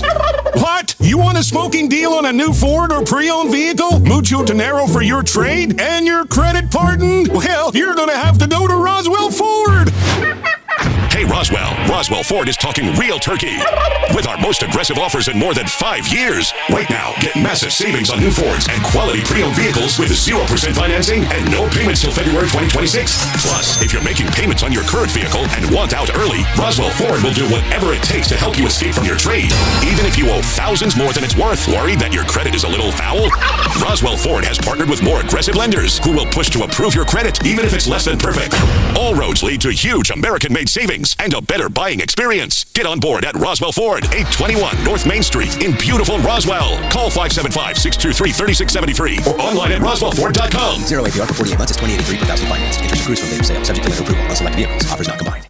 Visit Bush Appliance in Roswell to see the Whirlpool washer with 2 ways to wash, thanks to the 2-in-1 removable agitator with a flexible capacity so you can take the agitator out for bulky loads or keep it in for items like jeans. Shop now at Bush Appliance in Roswell and get twice the washer that you have at home. Who you gonna call? Bush Appliance in Roswell. Stop by 111 West Country Club in Roswell or call 575-622-6390.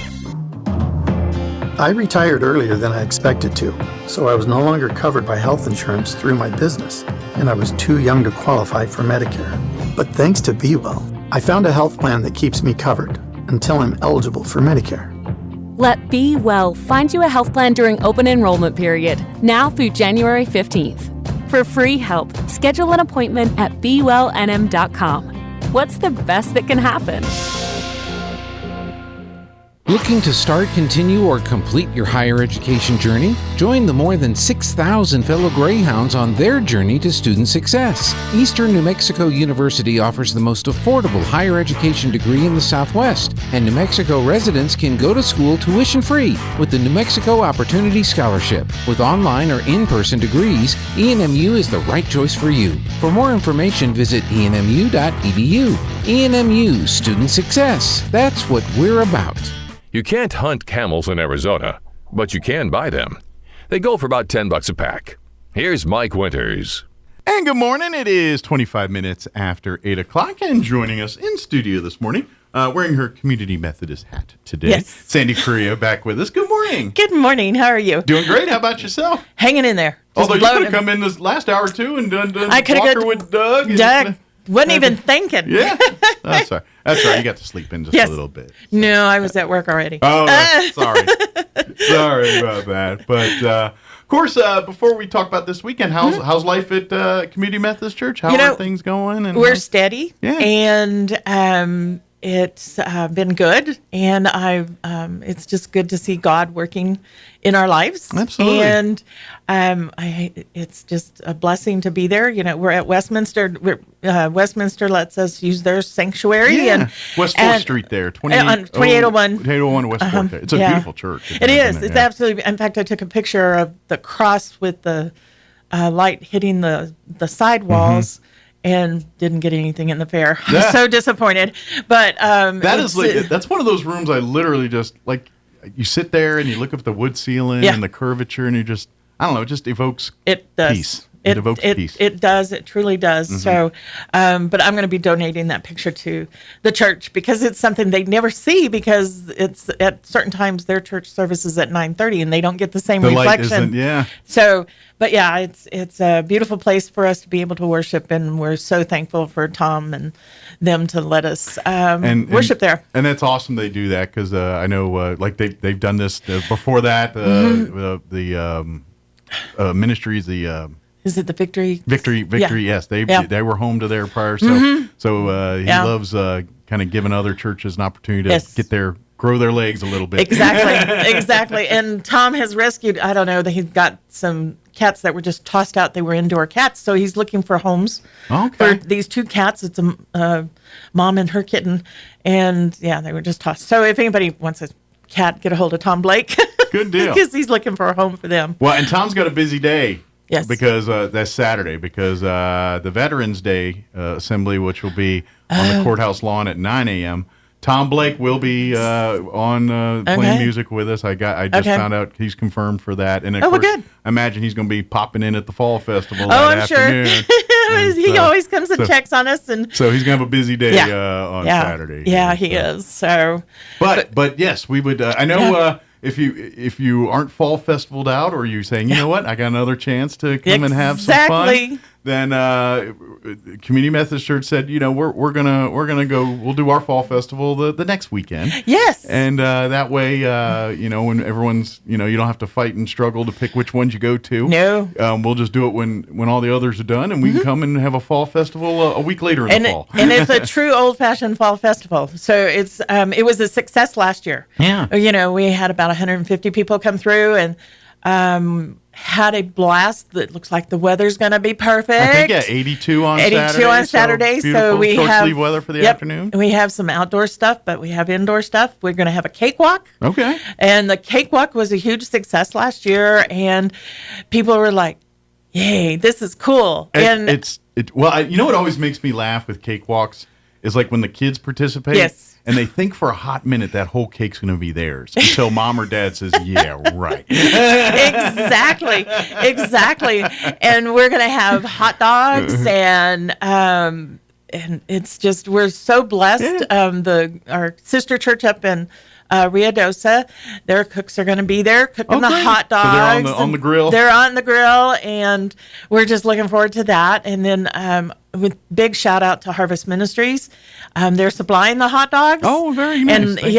And and the cakes. Oh, great. So the cakes and pies. So excellent. The community. That's what I love about the name of our church, community. Yeah. Because we involve the community. Excellent. I'm assuming you can get tickets for the cakewalk at the event there. And they just walk in and they can pick them up right there at the beginning. Excellent. So we're going to have music. They're going to walk around in the circle. It's so much fun to watch the little kids. Like you said, they are hysterical. And it's like, and when they stop and they're going, and they get the number, it's just so much fun. And it's always fun to to see like the first one or two. Yeah. Because the decision making on which cake they're trying to pick, and then sometimes they've got a parent or brother or sister in their ear, grab the coconut one, whatever it is. Exactly. And then they grab it and they start strutting away like, I got a whole cake, and then you see mom or dad going, you get a piece right now, you don't get the whole cake. Exactly. And one of our other favorite games last year, and we're going to do it again, is candy corn bowling. Oh, very good. And it was another hit, especially with the little kids. It's a little ball, and the pins are candy corn. Awesome. They're about this high. And kind of like probably, I don't know that this shows my age, but duck pin bowling.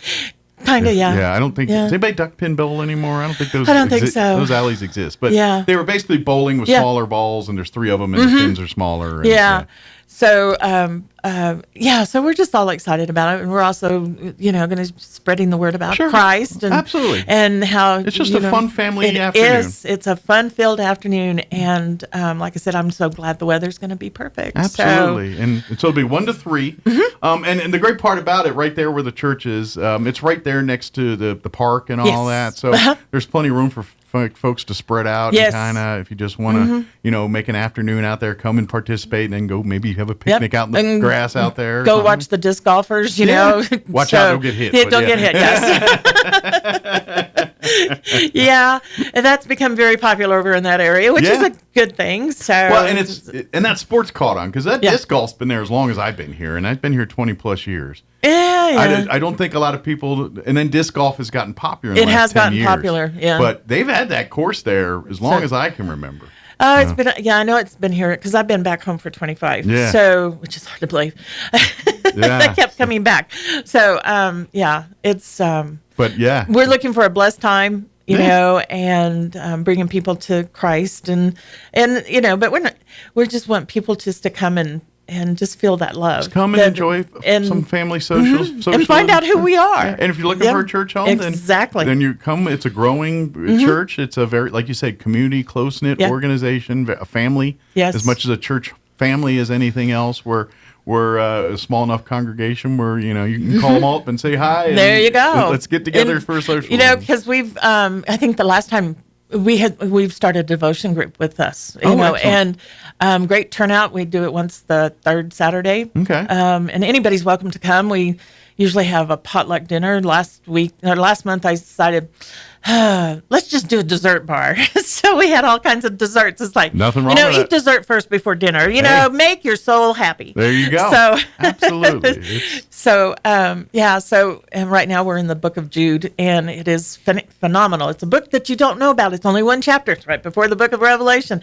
And boy, howdy. I mean, it's just like... It's packed. It's packed. It is so packed. So we just... and that's why I really encourage, folks, if they really... to attend a Bible study class or something. Yeah. Because, I mean, let's face it. It is the most common, most popular, most most known book on the planet. Yeah.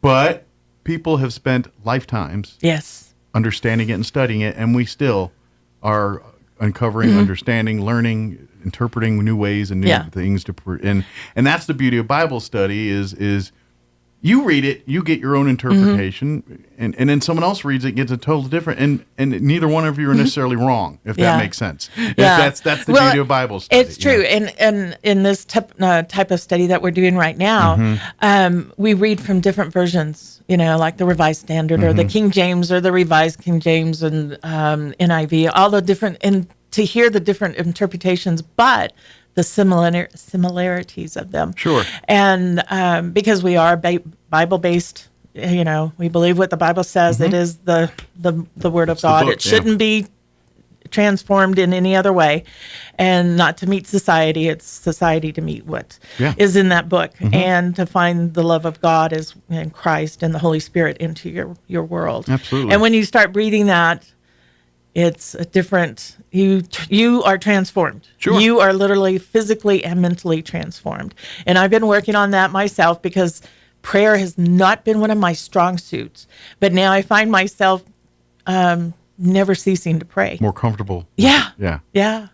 And being, that makes sense. And not go find a prayer because when we were opening church service or whatever, I've just, it's what comes directly from my heart. And then let's face it, the Bible's written in not a language that we speak every day. It is spoken in a much more poetic or an older version of English, and it's a lot of it's no different than in high school when you're teaching Shakespeare. It's it's a beautiful story, but they're not even though it's English, it's not necessarily the same language. Yes, definitely. And I understand that you read it, and it's like, I read every word, I don't know what it means. How does that, and that's why Bible study is so great, because and you can do it in a format that is judgment free. We're all here to learn. We're all here to evolve. And definitely. And to be honest, once you understand the true meaning of the message, then you kind of have the better, and you might offer insight that someone wouldn't have looked at it from that angle, and that's the beauty of Bible study. That is, and it is just, I've just found myself, I've been transforming a lot lately, and because I've been digging deeper than I typically would, and here I'm leading the church. Sure. I mean, I'm a certified lay minister trying to decide if I want to do the deacon elder thing right now. So that is where it is at the moment. But and I would imagine, it's a difficult, because as a head of a church, you serve a lot of roles, and one of them, and I think this is probably the more important one, is that mentor type. Yes. Yes, you're the theologian, you're the spiritual guide leader, but and all that's incorporated in that. I think at the end of the day, the most important of that is how do you connect to the people, and how do you make the people connect closer to God? Right. And if it's through scrolls of books and data, then so be it. Or if it's, two people talking over a cupcake, then whatever that is, that it is. It is, because I just got finished being recertified and had to go through these 10 classes, and one of them was over a 4-day period. There were 7 classes, very intense, and then the others were on preaching and our sacraments and just on the Bible itself. Sure. And so it was a great challenge for me to do this. And of course, our sister church up in Ruidoso, they support us so much.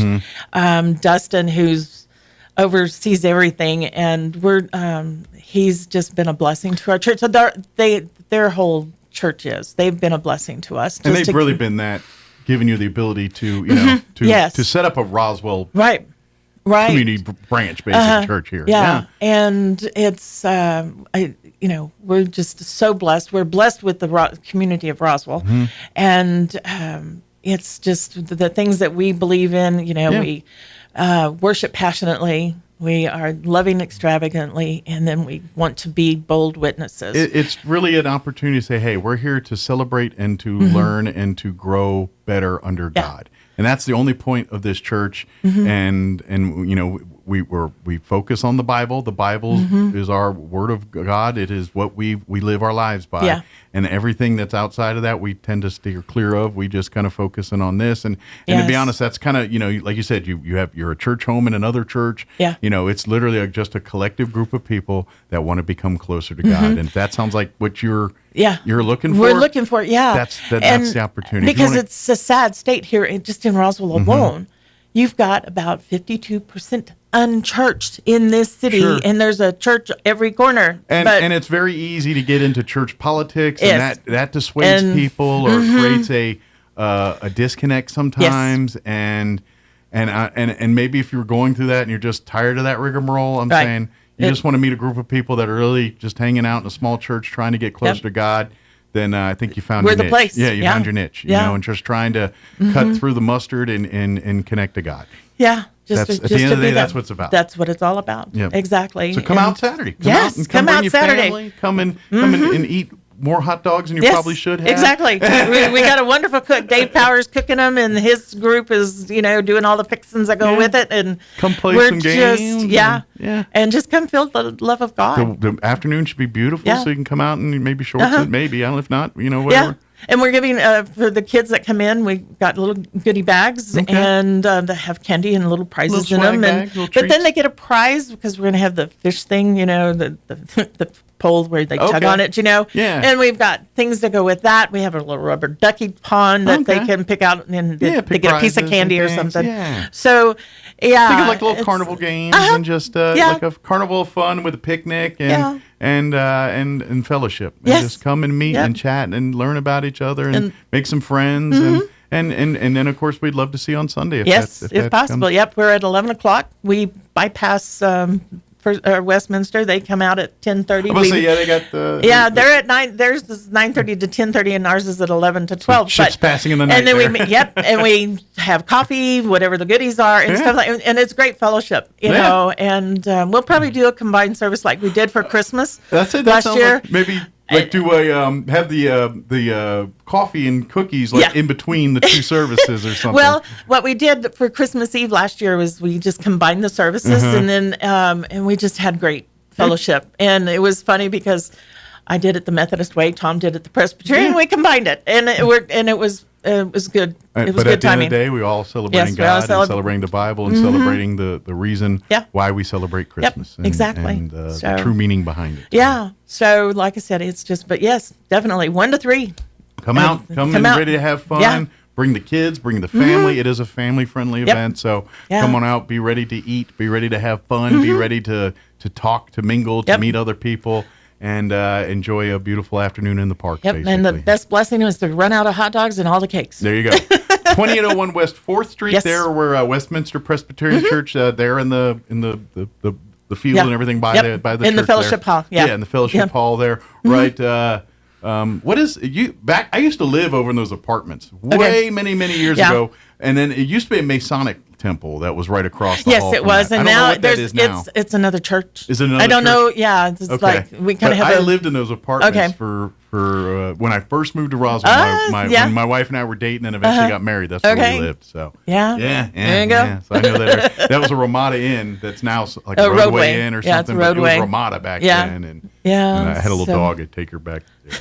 I know that area well. Yes, go out to the park. So, there you go. But come out to Community Methodist Church second annual fall second festival. Annual. Yes, we can say that now. Yes, second. This Saturday from 1 to 3 there at the park right next to Westminster Presbyterian Church. Come join us, 2801 West 4th Street, 1 to 3. Bring the kids, bring the family. Yep. And that's it. You don't need to bring anything else except willingness to eat, willingness to talk, and willingness to have some fun. And have some fun. There you go. Come play games, come win prizes. Do the old-fashioned thing for a change. Come win a cake. Win a cake. Yeah, all that good stuff. So, and if folks have any questions, I know you can go to Community Methodist Church Roswell on Facebook. Yes. That's a great resource for things. Do you guys have a website too they go to? No, we don't have a website, but they can text me. Okay. That's 575-626-9983. Okay.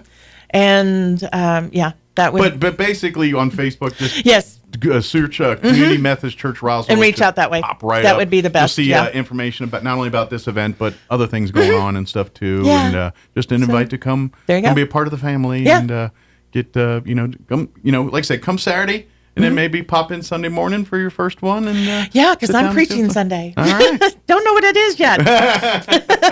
Typical. Well, she's going to be observing on Saturday. There you go. Reporting on Sunday. You never know when it just inspires you and it hits and you just go for it, So. Well, time with family and friends tends to spawn the lessons and the stories sometimes. It does. Yeah. In fact, it happened to me in August. So I was like, I don't know what I'm going to do. And then I had gone to a women's retreat up in Ruidoso, and I ended up writing half my sermon up there. And so, it just inspiration comes from everywhere, doesn't it? Yes, it does. It does. So anyway, and like I said, it's going to be a lot of fun this Saturday, and I hope that folks get a chance to come out and celebrate and come I would say if you're, and I get it, you get into the church grind and the dealing with this, and they got that, and it gets very, it can get into a lot of stuff. And if you're kind of tired of that rigmarole to run around, give Community Methodist Church here in Roswell a try. It literally is a grassroots, just truly is. People that want to be closer to God, and we're figuring out a way to do it. And thanks to some great volunteers, people like you said, mentors in Ruidoso, Tom Blake and their church.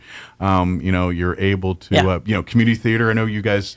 We were there. That's where we started. That's where we started. Thank you to them for helping. We got get too big. Get your feet wet there and doing that. It's been the community support doing that. So this is built of the community, from the community, by the community. This is.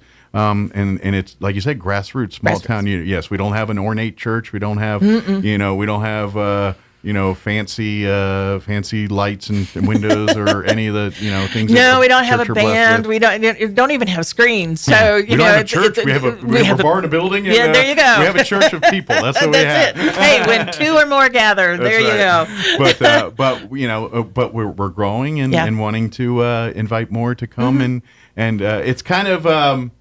God without the filler, if that makes sense. Exactly. Yeah. God without all the filler. Yeah. Yep. There you go. Just here to celebrate and learn about, learn from, and be as close to God as we can, or be like Him as we can be. We're never going to get there, but that's our aspiration. That's our aspiration to do is be as perfect as we can. Yep. But then we know we're not, and Christ filled that for us. Well, if we could, His job would be way easy. Yes. Like he could take a wee vacation. He could be like Bruce Almighty, take a vacation. Oh man, that's a movie from the past. Okay, but I just saw it over the weekend. It was on CBS or TNT. I was flipping channels, and sure enough, Bruce Almighty was. Oh on. my, that was a funny one too. We could. We'd be all like there you that go. Too, yes. So. There you go. But till the meantime. Yes, till the meantime. Yeah. Come join us on Saturday for the Fall Festival. Definitely.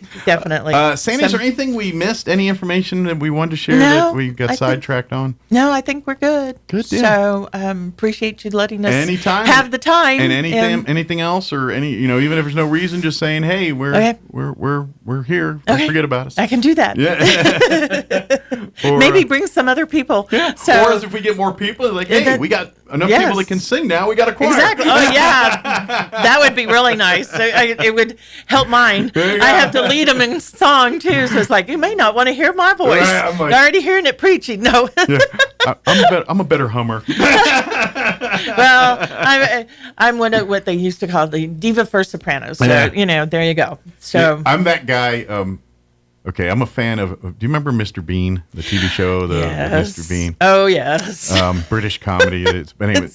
But there's one of the Mr. Beans that makes me laugh, and he's in church, and they're singing Hallelujah. Yes. But he doesn't know all the words except for the Hallelujah part. And that's me in church. I'm like, hallelujah. That's me. Yeah, there you go. That's why we have hymnals. Yes, I remember that.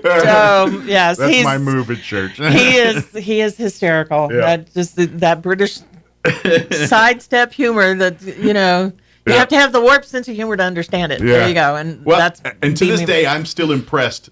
If you've never seen this bit he did, where he goes to the beach and there's no dressing rooms for the beach. Yes. And he's in his bathing suit is underneath his is not underneath his suit. Right. So he literally figures out a way to put his bathing suit on over his suit to remove his suit while not removing the bathing suit. Right. And I don't know how it's impressive. It's to watch impressive him do to watch to do it. Yes, yes, yeah. Then the other one that I get really it was when he did the drum thing. I was like, how is he doing that? Okay, but it was funny. I was like, okay. I think in real life, like I read that Rowan Atkinson, the actor, is like uber genius. He's got like an IQ of 178. Something he's a like very that. intelligent man, and he just the comedy proves it to me. I mean, it's brilliant comedy, and it makes you laugh. It makes you feel good, and it's all generations and timeless. Like I don't care if you're 20 or 12. If it was 20-year-old comedy or yesterday, you're laughing with your teeth out just as hard. It's kind of like Lucille Ball and Desi Arnaz and I Love Lucy, or something. It's like classic humor,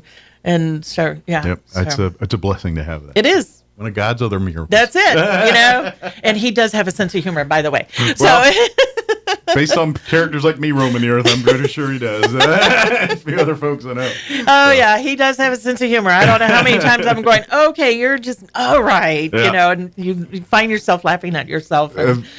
It's okay. If you can't, who else is going to? I know, exactly. Excellent. Well, Sandy, thank you as always. Appreciate it. You're welcome. And I'm glad to be here. Anytime and anything else we can have. And I'm sure you got a few fires to put out, so we'll let you do that. Yeah. So. Yeah. It's a busy day. Everyone's got to go vote. I got to go vote and go back to work. So, Actually, that's on my tap today, too. I didn't early vote this year, and I don't know why. I don't early vote. I never have early vote. I can't. I'm like, there's too many things that happen. I get it. And I just like...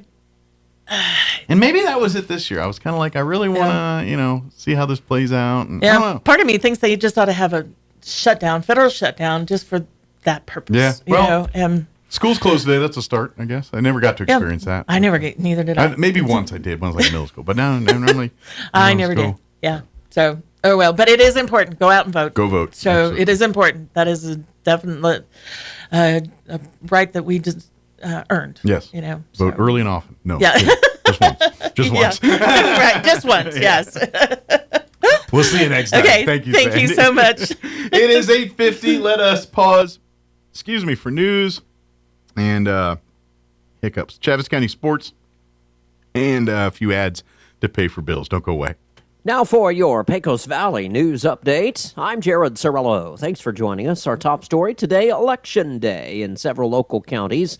Artesia residents have a couple of things to decide, including the hospital mill levy.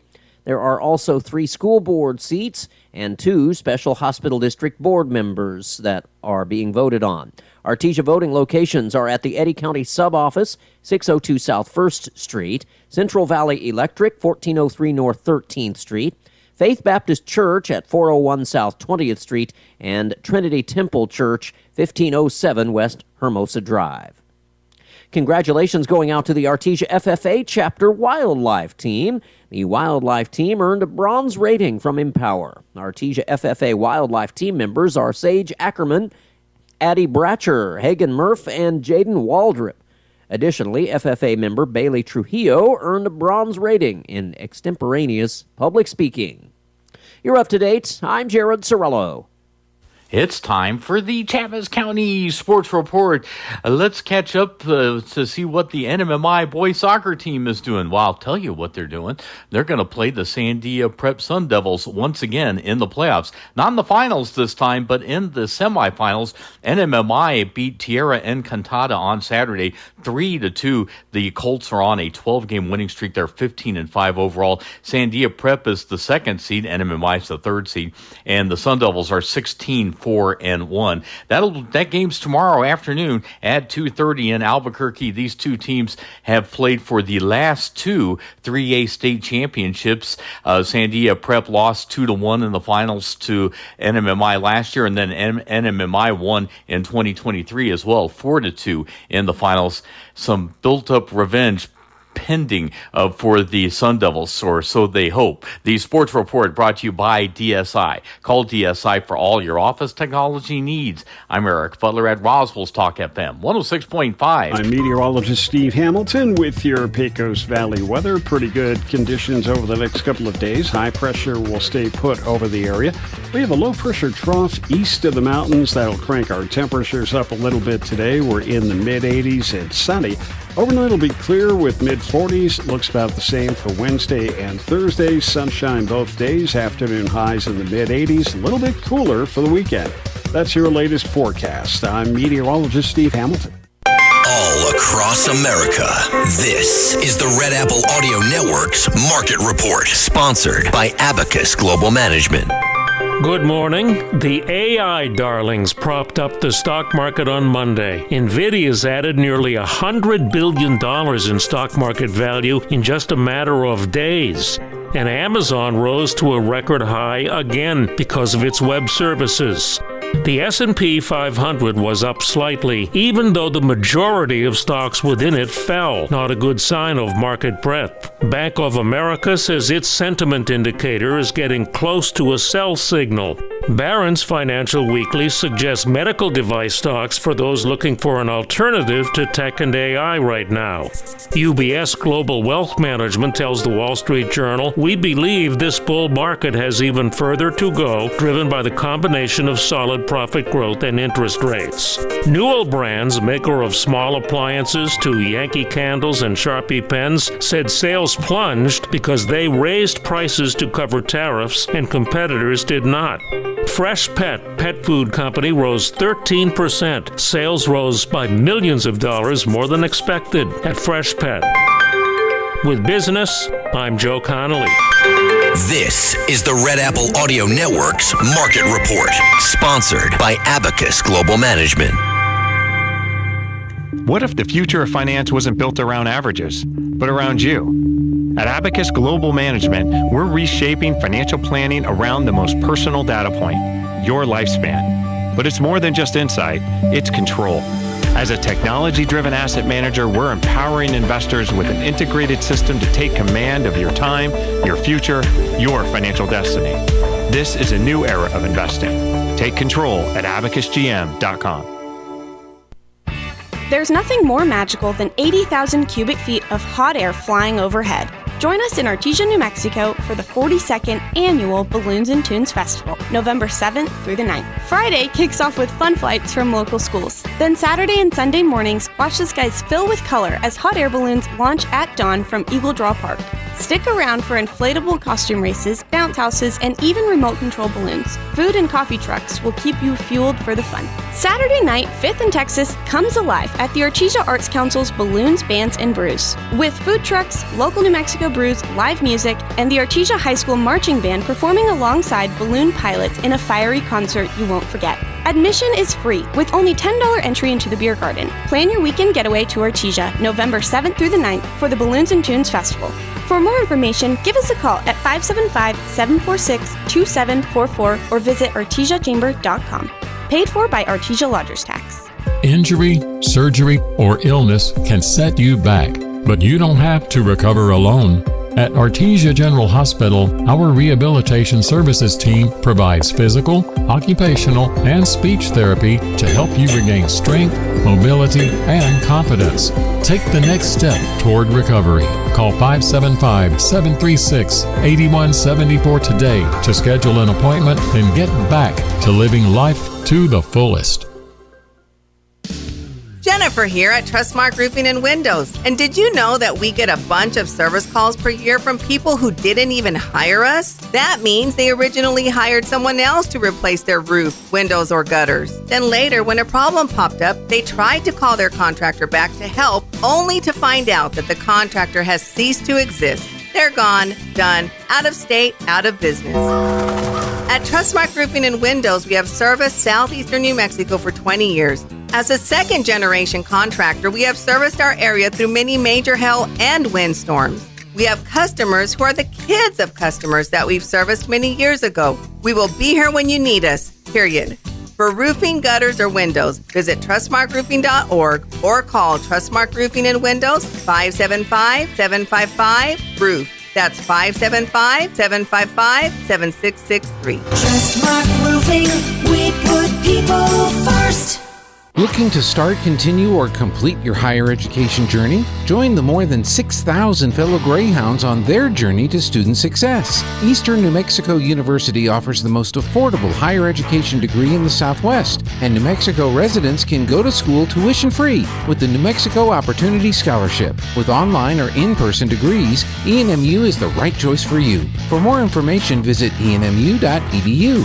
ENMU, student success. That's what we're about. Get a great deal on versatile Kubota equipment today. Like the Kubota L-Series compact tractor, the #1 selling compact tractor in the U.S., Z-Series mowers, and Sidekick utility vehicles.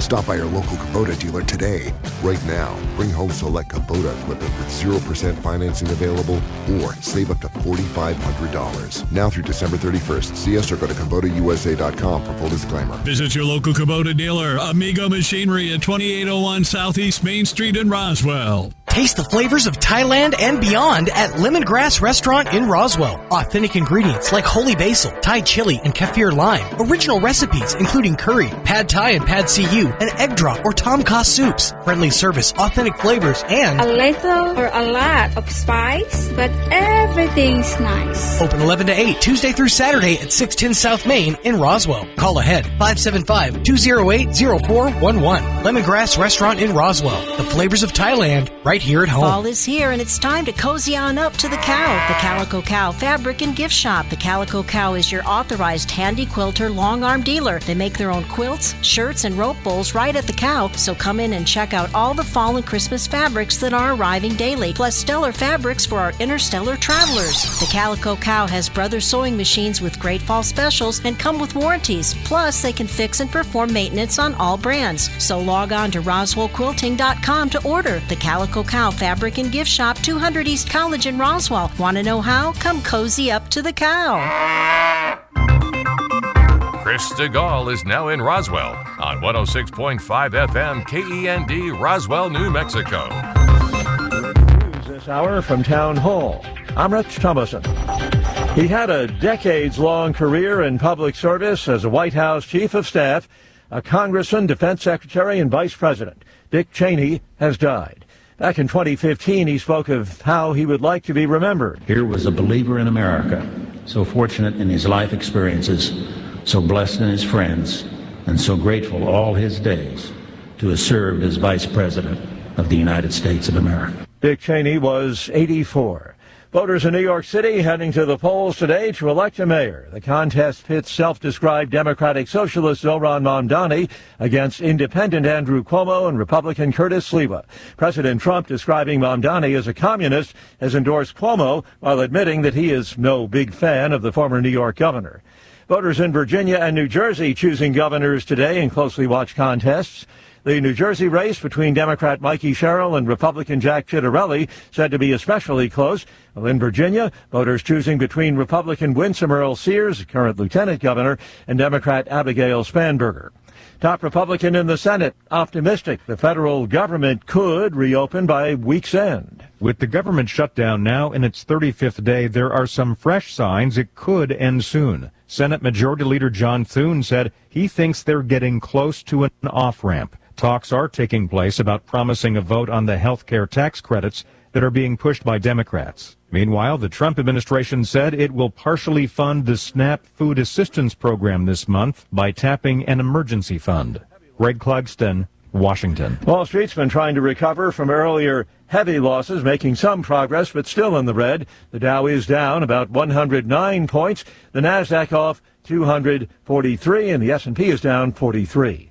More on these stories, townhall.com. Everybody wants cheap airfare, but where do you find it? You call low-cost airlines. Their prices are direct from the airlines, and they're so low you can't find these fares published anywhere. They specialize in cheap flights, discount hotel rooms, cheap car rental rates, and great package deals anywhere around the world. Wherever you want to go, they can help you get there cheaply and with a best price guarantee. If you want the lowest prices on your airline tickets or other travel services, call now. That's right, call. That's the only way to get these rates. Experts are standing by 24/7 to get you the cheapest airfare and hotel rates available. So don't wait. Call right now for the lowest travel prices anywhere and for great last-minute travel deals too. Call 866-755-5300. That's 866-755-5300. Again, that's 866-755-5300. Call us right now. The Red Cross reports that Israel has returned the bodies of 45 Palestinians. This comes one day after Hamas militants returned the remains of 3 Israeli soldiers. Those Israeli soldiers died in a Hamas-led attack in October of 2023. This exchange is part of a U.S. brokered ceasefire aimed at ending the conflict between Israel and Hamas. Since the truce began in October, Palestinian militants have released the remains of 20 Israeli hostages, with 8 still in Gaza. Correspondent Andrew Stewart. Rescuers on a mountain in Nepal digging through ice and snow to recover the bodies of 7 climbers killed in an avalanche. The avalanche hit the base camp yesterday morning, but snowstorms delayed the rescue attempts. Improving weather allowed a helicopter to reach the site today. 4 injured climbers have been flown to Kathmandu to receive treatment. News and analysis at townhall.com. Microsoft will be shipping NVIDIA's advanced AI chips to the United Arab Emirates. The U.S. Commerce Department approved the deal back in September. The company plans to send more than 60,000 NVIDIA chips, including the advanced GB300 Grace Blackwell chips, for use in the UAE data centers. The UAE's access to the chips is linked to its pledge to invest $1.4 trillion in U.S. energy and AI projects. Microsoft's announcement, part of its $15.2 billion investment in UAE technology. Bob Agnew reporting. Starbucks forming a joint venture with a Chinese investment firm to operate Starbucks stores in China. Under that agreement, Chinese interests will acquire a 60% stake in Starbucks retail operations in China, which is valued at $4 billion. Starbucks initially entered China close to 30 years ago. More on these stories at townhall.com.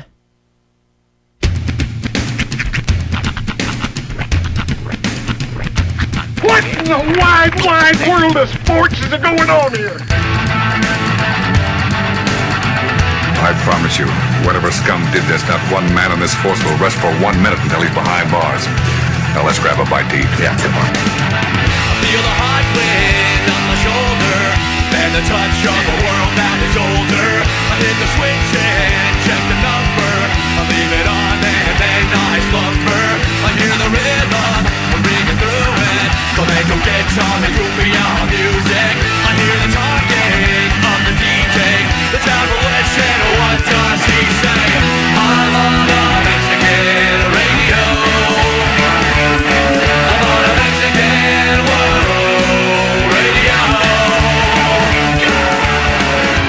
Broadcasting live from high atop the J.P. White Building in downtown Roswell, New Mexico.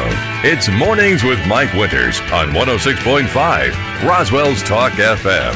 Is that what I sound like when I talk? Now, here's your host, Mike Winters.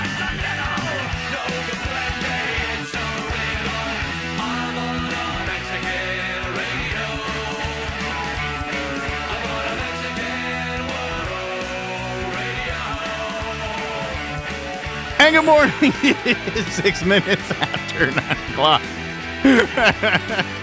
Welcome to hour number 3. Tres Inviernos. Of Mornings with Mike Winters, right here on 106.5 Roswell's Talk FM. Happy election day, everybody. Yes, get out there, make your voice heard. Vote, please. I know that the turnout so far has not been great, but for the early voting and all that, but that's okay. We can make it up today. Let's make those numbers up today.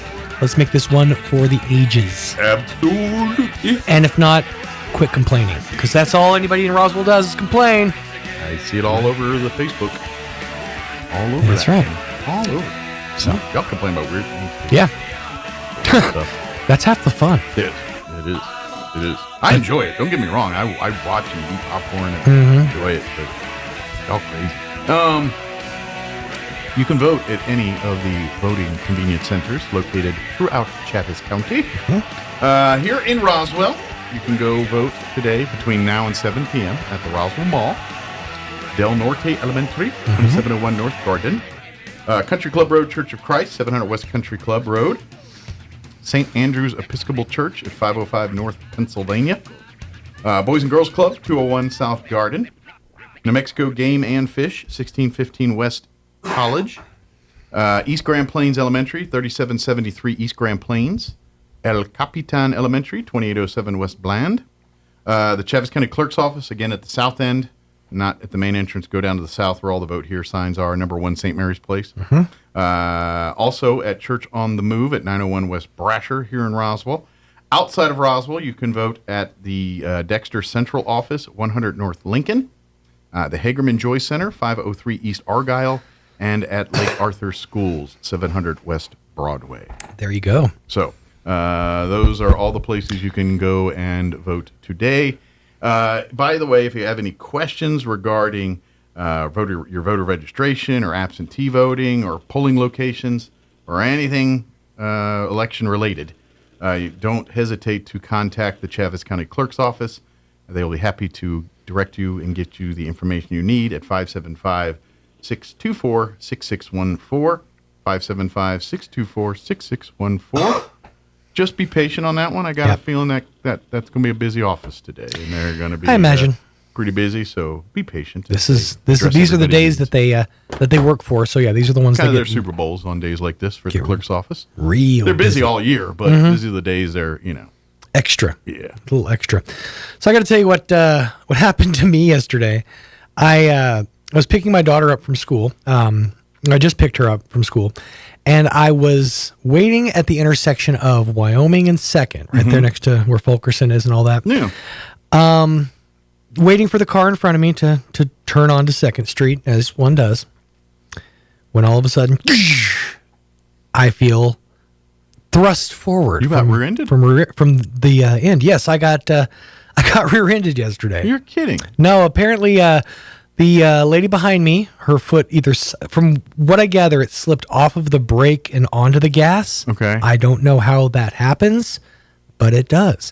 Now, bear in mind, ever since I've gotten my car paid off, I've been very careful with the old girl, trying to be extra ginger with her. Trying to ride her out a little bit. So, of course, as soon as, before even, I was reacted to the hit, I'm like, oh, my car, my poor car. There's, that big of a scratch Just on a little scratch? So nothing, no dents, no nothing. I was shocked. My bumper bumped. I was very relieved. Although there's a tap-roo. There and now how about the other person? No, we checked her front bumper. Her license plate was kind of broken at the bottom. She goes, "Oh, that was already like that." So we decided not to exchange information, not to complicate each other's day, just a handshake and let's be careful out there. Should be. I didn't think about it until later, though. But that's where my gas tank is. Back there, in the very rear end back. I got I very well could have had a Pinto situation going on here. Where as soon as that back end gets hit, my gas tank gets injured, so to speak. And I went to put gas in later, and it was kind of hard to get the nozzle into the gas hole. Think you shifted it? Maybe. And I'm a little nervous about that, might want to take a look. At the same time, it took my fuel, so. Well, just eyeball into your car when you get out there today. See if there's any puddles. You see how close to the ground my car is? I can't eyeball into the car. I got to lift that son of a gun. Send Hunter under there to look. I need 4 relatively burly gentlemen to lift my car up about 6 feet, not 6 feet, 3 feet, so that I can get under there and look. Send Hunter. He's low to the ground, so he can look under there. There you go. Say, hey, do you see any puddles in the back end of the car anywhere that smell funny? See, now I'm just picturing that kid from the movie Basketball when he hangs out with the team for the day, and they just have him under the car. He's got a wrench in one hand, he's just covered in oil. Yeah. I gotta be honest. If you do have a gas, you'll probably know because you'll smell it in the car too. I would think, and I was being extra aware of smells. I went to the base to pick some stuff up from Kids Mom yesterday. And all I could smell was fuel. It was overwhelming. And I realized I'm next to an airport. There's probably some jet fuel runoff that I was actually smelling. Couldn't smell like gas either. It smelled like, life. Diesel kind of. It just smelled like Roswell. But yeah, no harm, no foul. Everything was good. That's good. And you have what we call a compact car. So. Yeah, it was made a little more compact. So you didn't end up in the back seat and the front seat in the same seat. Right. Kind of yeah, so that was interesting. What was she driving? Just curious. It was like I want to say like a Wrangler. Okay. Like or like a Bronco, kind of in that style. SUV. SUV. Was it newer? No. Older vehicle. Okay. Older vehicle, older driver. Well, I'm pretty sure that license plate was the last time the brake slipped off the brake and hit the gas. And she was very thankful that I let it slide or whatever. But I did notice as I got to the Second and Sunset red light that she was coming up behind me, and I'm like, "Come on, change! Don't you hit me again!" Oh yeah, that was a little unnerving. But no harm, no foul. Everything's good. A little bit of back pain. I didn't notice it till after the fact. I'm like, it'll be fine. Well, it must have been harder than I thought. I've slipped more discs than a 5 CD changer in a Jeep. I'd love to meet someone who still has one of those in their seat. Vehicle. It is. I do know somebody who has one. My sister and brother-in-law, they actually have an old SUV, and it's got one of those like Westinghouse like 5 CD decks in the back that you have to like. They keep it under the back seat or something. No, it's all the way in the back by like the hatch door. So like they have to like get out physically, unload and reload the 5 CDs. Well, that's why it's a 5. It's like, what do you want for our road trip? Pick you 5 CDs. This is all we got. This is it. There. Man. Those were the days. If we didn't make it in 5 CDs, it didn't need to be made. We didn't need to go there if you couldn't make it in 5 long plays. Get the one with the real long songs. Yeah, you got to get the rock operas. Like, if you get like Green Day's American Idiot's a good one. That's a good long play. Some Meatloaf. Yeah, some Bat Out of Hell 2, I would say, is probably a good long play. Yeah. Zeppelin. I would argue Garage Inc. 1 and 2 because whilst the standard Metallica cover song is only about 2 to 2.5 minutes, there's a ton of them on there. Yeah.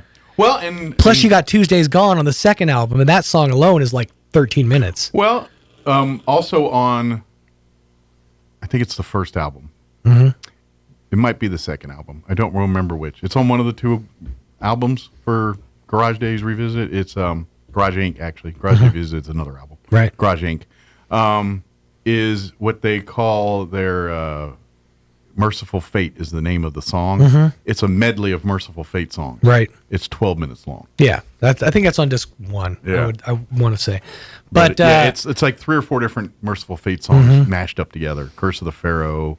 There's a couple of them. And then just round out the top 5 with like Iron Butterfly. Yeah. Because you got In-A-Gadda-Da-Vida on there, and that alone. Although, if you want to stick with the Metallica vein, really, Justice. Well, bear in mind, we started with American Idiot and Bat Out of Hell, too. But I mean, if you're looking for long songs. Right. Justice for All, Puppets, and Ride the Lightning, the average song length on that's about 5-6 minutes. Yeah. And that makes sense because those were thrashers. They had. And to be honest, most songs are 6 to 8. And a couple, each has a 12-minute, like Fade to Black's a 12-minute song. Orion's a 12-minute song. That's maybe one of the most infuriating things to me about Metallica. Yeah. Is how long it takes for them to get to vocals. Yeah. Like every single one of their songs, it's like a minute and a half before you ever hear James. Until you get to Load, Reload, and some of those, like Memory Remains, he goes right to singing. Right. Fortune, fame, that Fuel, that goes right to singing. Yeah, Fuel is a cold vocal start. So yeah, so is the first one I said. Have you seen that meme? This is kind of off topic, kind of not. Have you seen that meme that goes around where it's like, "Hey, it's me, James from Metallica. I need $500 to get." I've seen some of those. It's like, prove it's you, and it just says, "Give me food, give me fire, give me da da da da." I've seen that. That makes me chuckle. Prove it's you. It just drops a gibberish line. Yeah. I see all kinds of those posts or things like James, did this and stopped the thing. Like, that's all internet. Like another big one right now is anytime something in the lexicon happens that's kind of a big thing, like when Charlie Kirk was assassinated. Right. I saw a rash of this athlete donates some money to such and such. None of that ever happened. And it doesn't matter what the athlete. I saw Jaden Daniels. I saw you name it. Any NFL star, they've got hit with this jumper. Or matter of fact, there was the Hallmark Channel people got salty because someone was trying to scam. Someone was trying to impose them because they're actors, but they're not famous enough to be well known, and so people were using them as their AI for AI. Unless you're a Hallmark Channel junkie, you have no idea who these people. Which, okay, come correct with 30-year-old white women if you're going to come with Hallmark actors. They're like, because my best friend is one of those people where she's like, oh, that's that guy from this and that, and she's seen everything, so she would know. Yeah, they know. They watch Hallmark movies and know those actors, and that's, it's kind of like you can't do that on television for us. Like I know Christine, but no one else on earth knows who these people are unless you watch. The same thing with Hallmark, except for it's a whole channel. And then every year they crowbar something big. Like this year, it's the country dude. He's involved in their movies. Jelly Roll? No. Not that big. It was big 10 years ago. Now he's just a household. Is it not? I was going to say Blake, but what's his? It's that level. Brad Paisley. Paisley. I think it's Paisley. Yeah. That actually makes a lot of sense. Yeah. Paisley. Brad Paisley was always sort of like the. I mean, all right.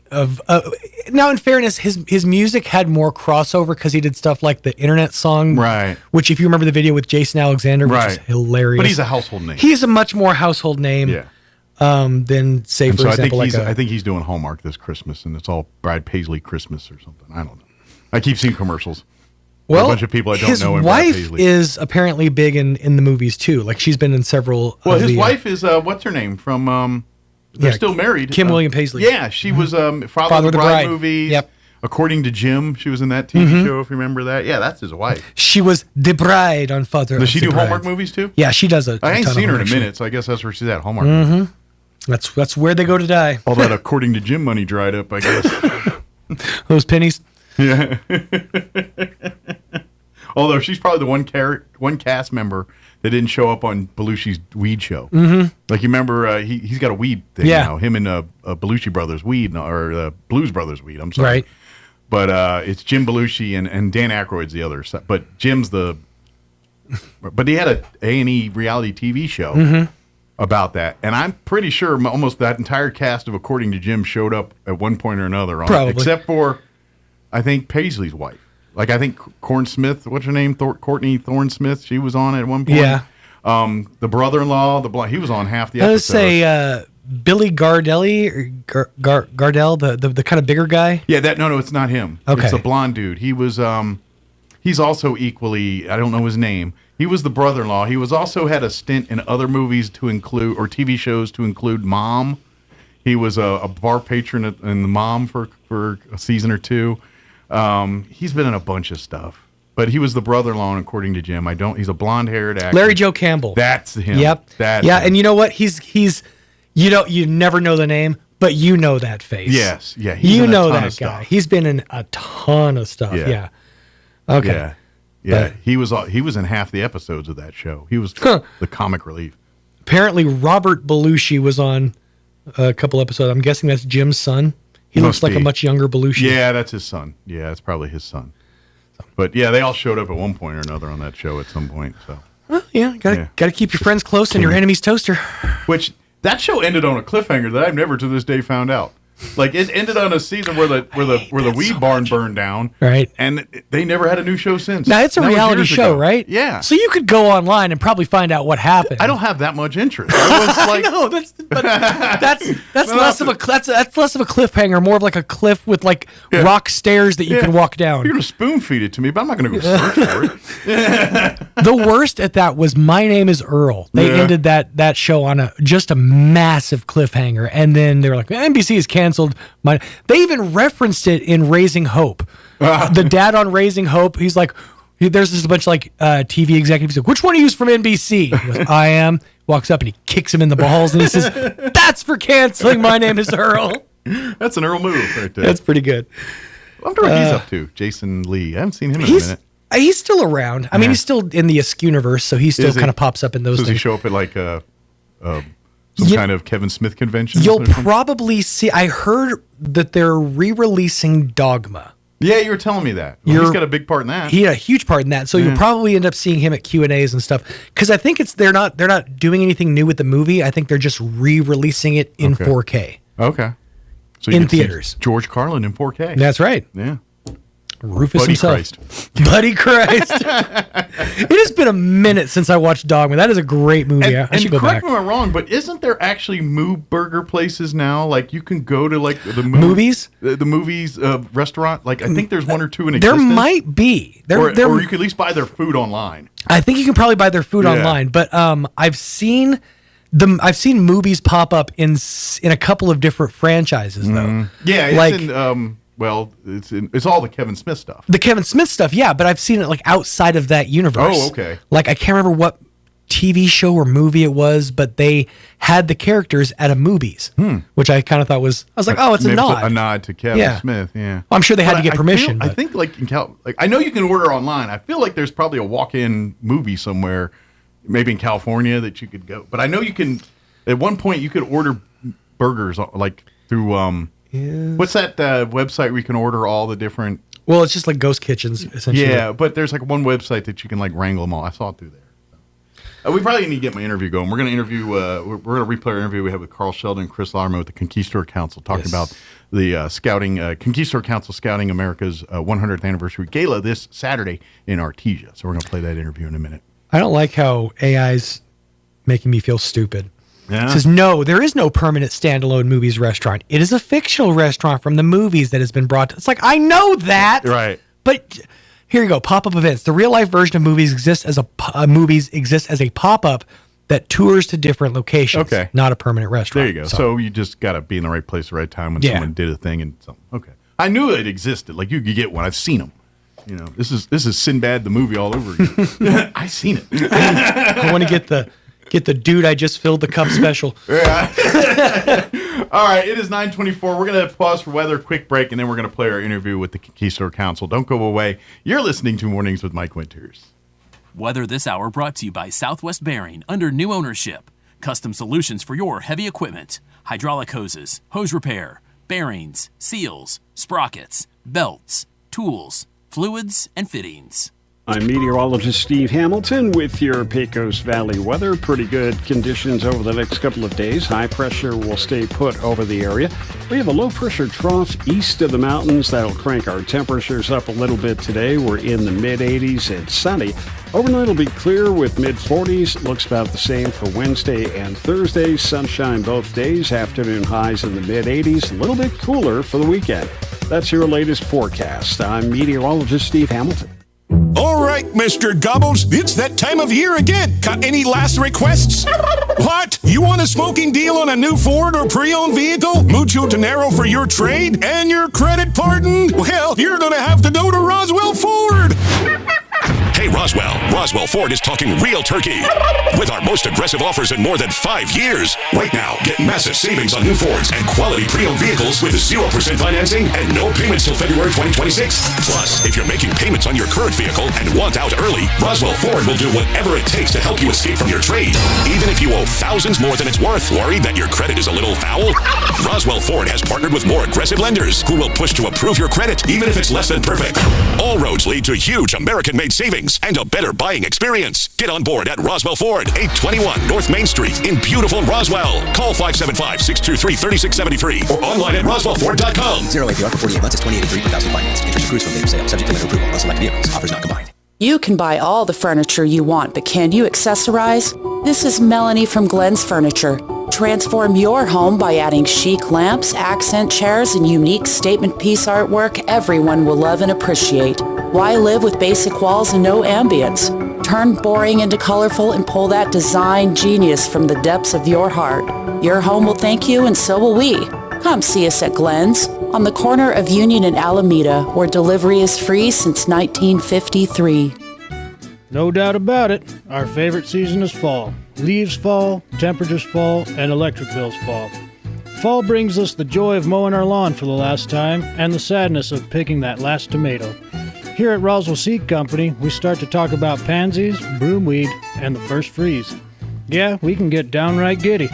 This is Ben Manette from Roswell Seed Company, reminding you that fall is when Mother Nature starts to show off. Try not to miss any of it.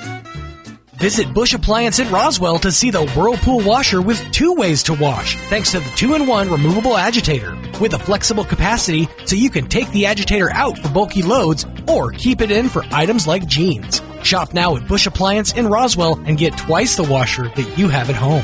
Who you gonna call? Bush Appliance in Roswell. Stop by 111 West Country Club in Roswell or call 575-622-6390. The octopus and the squid both have 3 hearts. That's why they eat so many Tums. Here's Mike Winters.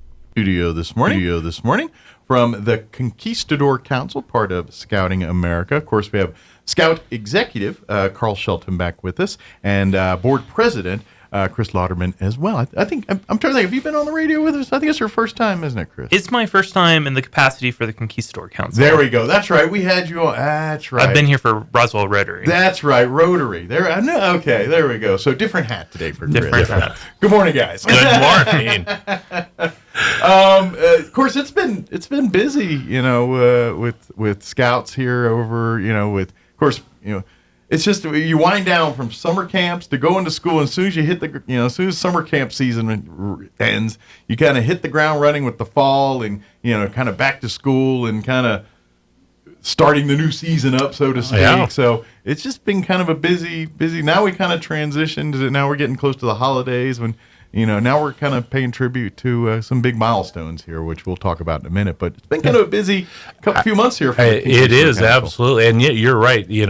There's never really a lull, but we come out of a season of summer camp into a season of getting that new year started, or all the new Cub Scouts that are joining the packs and the ones that are returning, and getting that started and just enjoying the fall activities. Yeah, it's kind of, which by the way is if you're interested in your family getting involved in scouting, and like I said, they can start as early as kindergarten here, all the way up to, you're about to kick them out the house. And so, and now's the perfect time to reach out, right? Kind of like in that beginning of the... Absolutely. There's no wrong time, Sure. but this is the best time. You're going to find a lot of people that are new at the same time, and you can kind of go through the scouting experience together. So kind of you get to...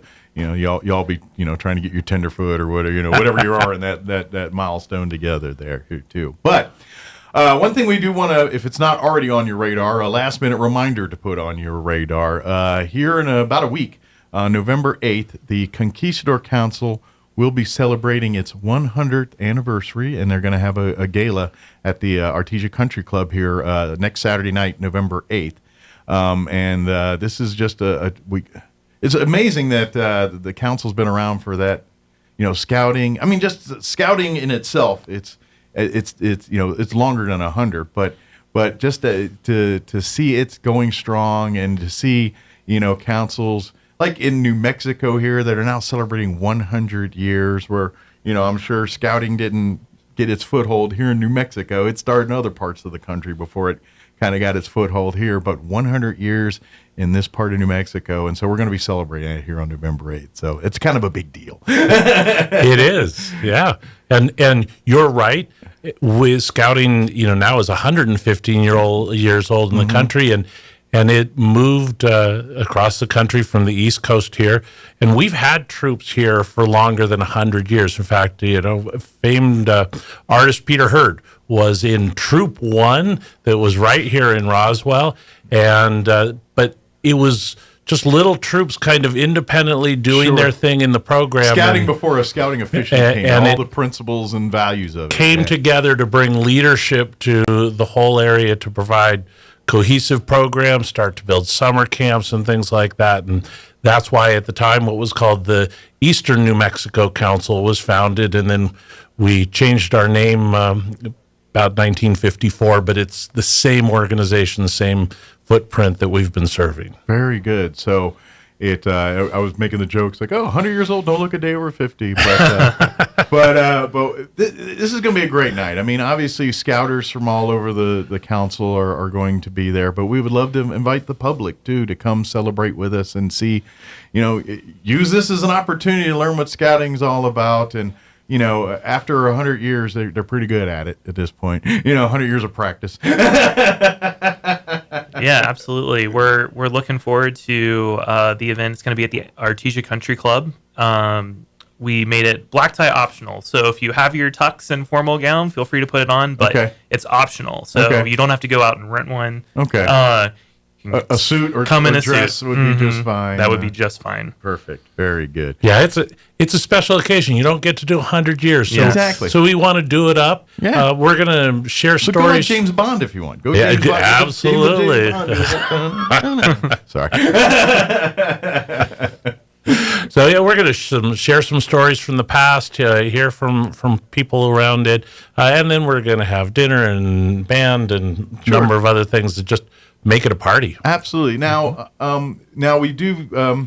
We are, we're going to have a silent auction. Things we do want to scouting. Hey, in case you haven't heard, is a nonprofit organization that these troops are really run by the money that they raise within their troops. So there's going to be a silent auction and opportunities to make donations and to get, and all that funding goes back into the scouting programs as part of the Conquistador Council to help, things like kids get to go to summer camp and stuff like that. That provides those kind of opportunities. Yeah, and this event in particular, the proceeds we make from that auction and any other extra donations are going directly to campership scholarships for the Jamboree or summer camp. Okay. Next year, we've got our National Jamboree coming up. We have always sent a contingent from this council, and next year will be no different. It's a real. Hopefully, there's some scouts listening. If you get that opportunity to go on that National Jamboree trip, take it. Trust me, as a guy who's been to a few of these things, you don't want to miss. As a guy who got the chance to go to a World Jamboree that's been to multiple national jamborees, those are experiences that you will never get at any other place on the planet. If you get the opportunity, take it. It's just like when they say, can you go to, I know it's not as big a deal here, but when they say, would you like to go to Philmont, you say, yes, please. That's what you do. It's a big deal even for our scouts to go up there because it's not just the absolutely beautiful venues, but the experiences that are provided at Philmont, the experiences provided at Jamboree, other high adventure bases. You won't get them any other place. And you're lucky. You don't have a 3-day bus trip to get there. You got a 4-hour trip back home, and then you're back in your own bed. True, but there's an adventure in that trip by itself, isn't there, Mike? You're not wrong. And that's part of the Jamboree, because that's going to go back to Chris's home state of West Virginia. Yeah. And they go up and do, the D.C. area, and it's an adventure to go on that trip. Yeah. And all that, it opens the eyes of some of these 14 to 17-year-olds, even younger. Sure. And they just see the world in a different place. And going to something with 40,000 other scouts, sure, there is nothing quite like going, oh, this isn't the 10 of us that meet in the church multi-purpose room. Right. This is a big organization. And it's amazing. It is. It's kind of funny. We talked about Philmont, and that's like the opposite for me, where it's a 3-day bus trip to get to Philmont. It's a 2-hour trip at the time it was in Virginia when I was down when they did the National Jamboree, but kind of not West Virginia, but Virginia. But it was a 2-hour car ride down to the park. Now it's a little longer, I think, in West Virginia. Not much longer, maybe depending on traffic, because you got to get through D.C. That's a whole other nightmare. But anyway, but yes, what's weird? I just remembered that I saw the band Menudo at the National Jamboree. They were a big deal then. Like Menudo was like every kid on the planet was like, oh, Menudo, you know what I mean? And they performed at the National Jamboree the first year I went to the National Jamboree. I know kids are Menudo, but I know you guys remember Menudo. Oh, absolutely. They're trying to kickstart that band again now. Yeah. And I think that was like one of the first iterations of Menudo, like that first generation of Menudo, because they've had like multiple generations of Menudo. not the soup. The Right. musical group. I didn't know about the soup then. I lived in Maryland. But yeah, that's what scouting is, and this is what the gala is all about, and that's why. So please bid on that silent auction to give these scouters an opportunity to experience camp there. And I've never got to see the West Virginia site there, but I know it's because that's their new permanent home now. Yes. But I hear it's pretty amazing. I haven't been out to it yet either. It's now coming up on 10, 12 years. The one I went to was Fort AP Hill in Virginia as well. Yeah. And so, yep. This will be neat. That's and it's great that they got like a permanent home. I mean, they kind of did with AP, but it's this is just for the scouts, and this is West Virginia is a beautiful country. That's I mean, Chris, but it's okay. The mountains aren't quite as big as they are out here, but they're equally as challenging to hike in and live in. And put it this way, I did all my Philmont prep work in West Virginia. You need that elevation practice. Right. Yep. That was the closest I could get from being a guy in DC. We'd go up there and got some good skiing up there too in West Virginia. Yeah. And we hope that the gala will have a lot of the people that we consider scouting alumni, and that's a broad term. That's anybody who has been positively influenced by our program, and that may mean that you were a kid like those of us sitting in the room right here, or maybe you raised a child in the program, or maybe you were that den parent or that scoutmaster. If you've had a positive impact in your life by being a part of scouting, we'd love for you to come and spend time with us and just celebrate that time. Scouting, as much as we focus on the youth, it is a family affair, and I don't know how many times. I mean, I would have never had all the experience in my scouting. I hadn't been for my dad and his involvement, and my mom. My mom in the early days as a cub den mother and doing all that stuff. And once I graduated Boy Scouts, the older scout, Dad kind of, Mom took the back seat and Dad kind of took the reins there. But that's y'all grow up. So yes, moms, dads, everybody, please come and be a part of this. And if you come, maybe you came as a young camper to Wahinape years ago as a young scout, and you had I started my first campfire there, or I got totem chip there. That was right there. I remember my first merit badge at camp. Whatever that is, please come celebrate with us. And people may not know this too, but New Mexico actually has a representative on the National Boy Scout board, and she will be giving her thoughts and insight as her keynote address. Okay, yes, she'll be our keynote speaker. Allison Schuler. Allison Schuler, yes. She'll be our keynote speaker, and I'm sure she'll have some great stories and wisdom to share too about scouting and the council. Yes, I mean she knows New Mexico and she knows scouting, so she really has a great understanding, and she has served as a volunteer in almost every level inside this organization. So she's got her share of stories and insights to share with us. And, absolutely. And she's a very dear person. So what I'd like to see too is folks that come that like you were saying, you were scouts years ago. Maybe either as a kid or you yourself. Maybe you were raising your children through scouting, and now they're all adults now, and you're kind of. I would love for you to come to the event, because if you've had an absence of 5, 10, 15, how many years it is from scouting, you're going to walk in on that Saturday night, and after about 5 minutes in, it's going to be like old hat. Right? Yep. You know what I mean? It's going to be like, it doesn't matter what generation of scouting it was, or the time period, or what you did in scouting. You walk in and it's all just like it's the same feel, the same environment, the same mindset, the same types of just. Even the smells are the same sometimes. You're like, oh man, this smells like a blue and gold dinner. You know what I mean? It's just, it all comes back flooding in those memories and things like that. Absolutely. One other thing, that if there's somebody else who would like to donate a piece of art or jewelry or something to the auction, we are certainly open to increasing what we're putting out for auction. We can make more room. Reach out to us if you see something on museum day this weekend, and you say, I'm going to pick up that print and I'll drop it by the council office. There you go. We'll gladly accept it. That'll be a fine donation, and hey, we can even give you a tax write-off. Absolutely, we got that capability. but there are other pictures we're looking for, and as a short story, we just had somebody show up with pictures for us of they were from the 1950s.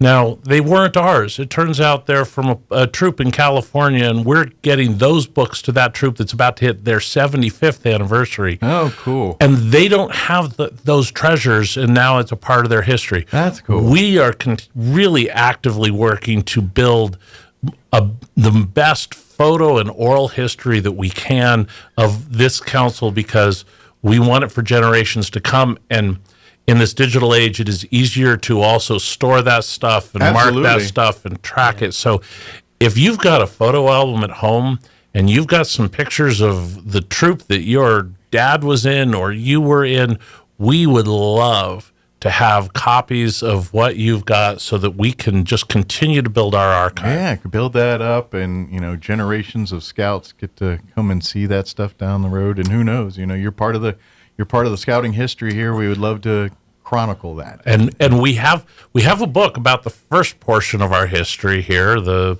saga of Potato Canyon, which is where our camp is in.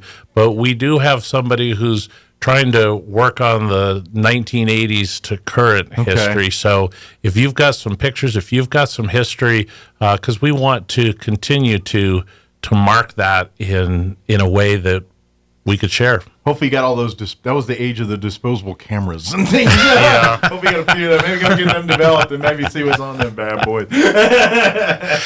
Or slides. A lot of slideshows. Yeah.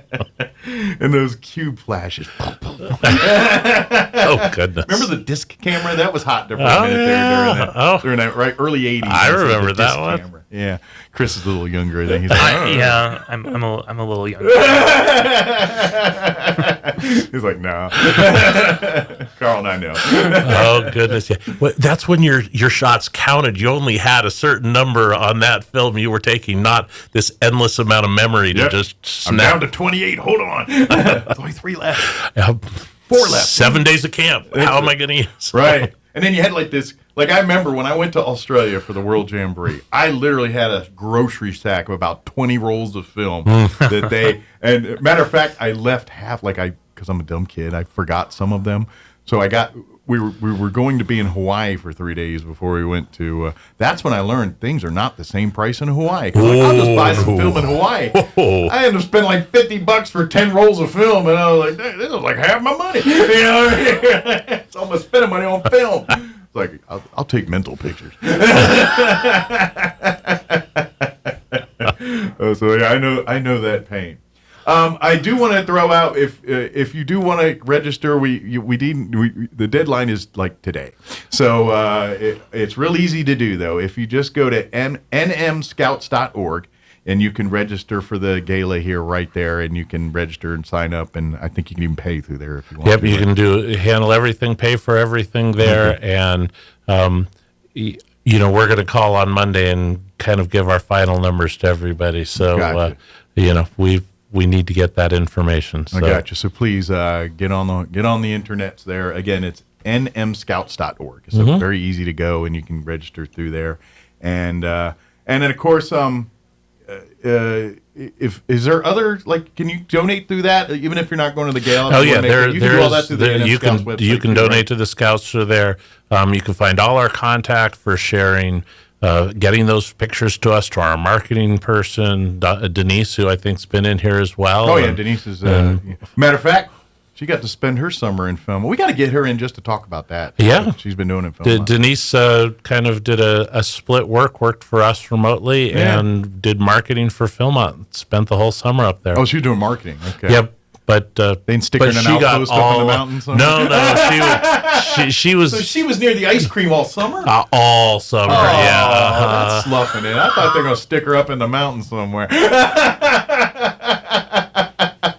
that was like the biggest thing, the ice cream thing. You know, you don't realize how popular that ice cream is when you come off that mountain.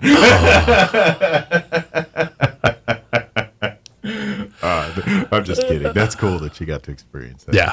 Cool. Yeah. Any day you get to look at the Tooth of Time every day, it can't be a bad day, right? It is just gorgeous to be up there. Yeah. So. Yeah, absolutely. So, but anyway, yes, please, you can go through that, and of course, like we said, don't forget, if you're interested in scouting, there is a pack or troop. I guarantee probably within a mile or two of your home right now here, Yep. And so we can reach out and like you said, from youth.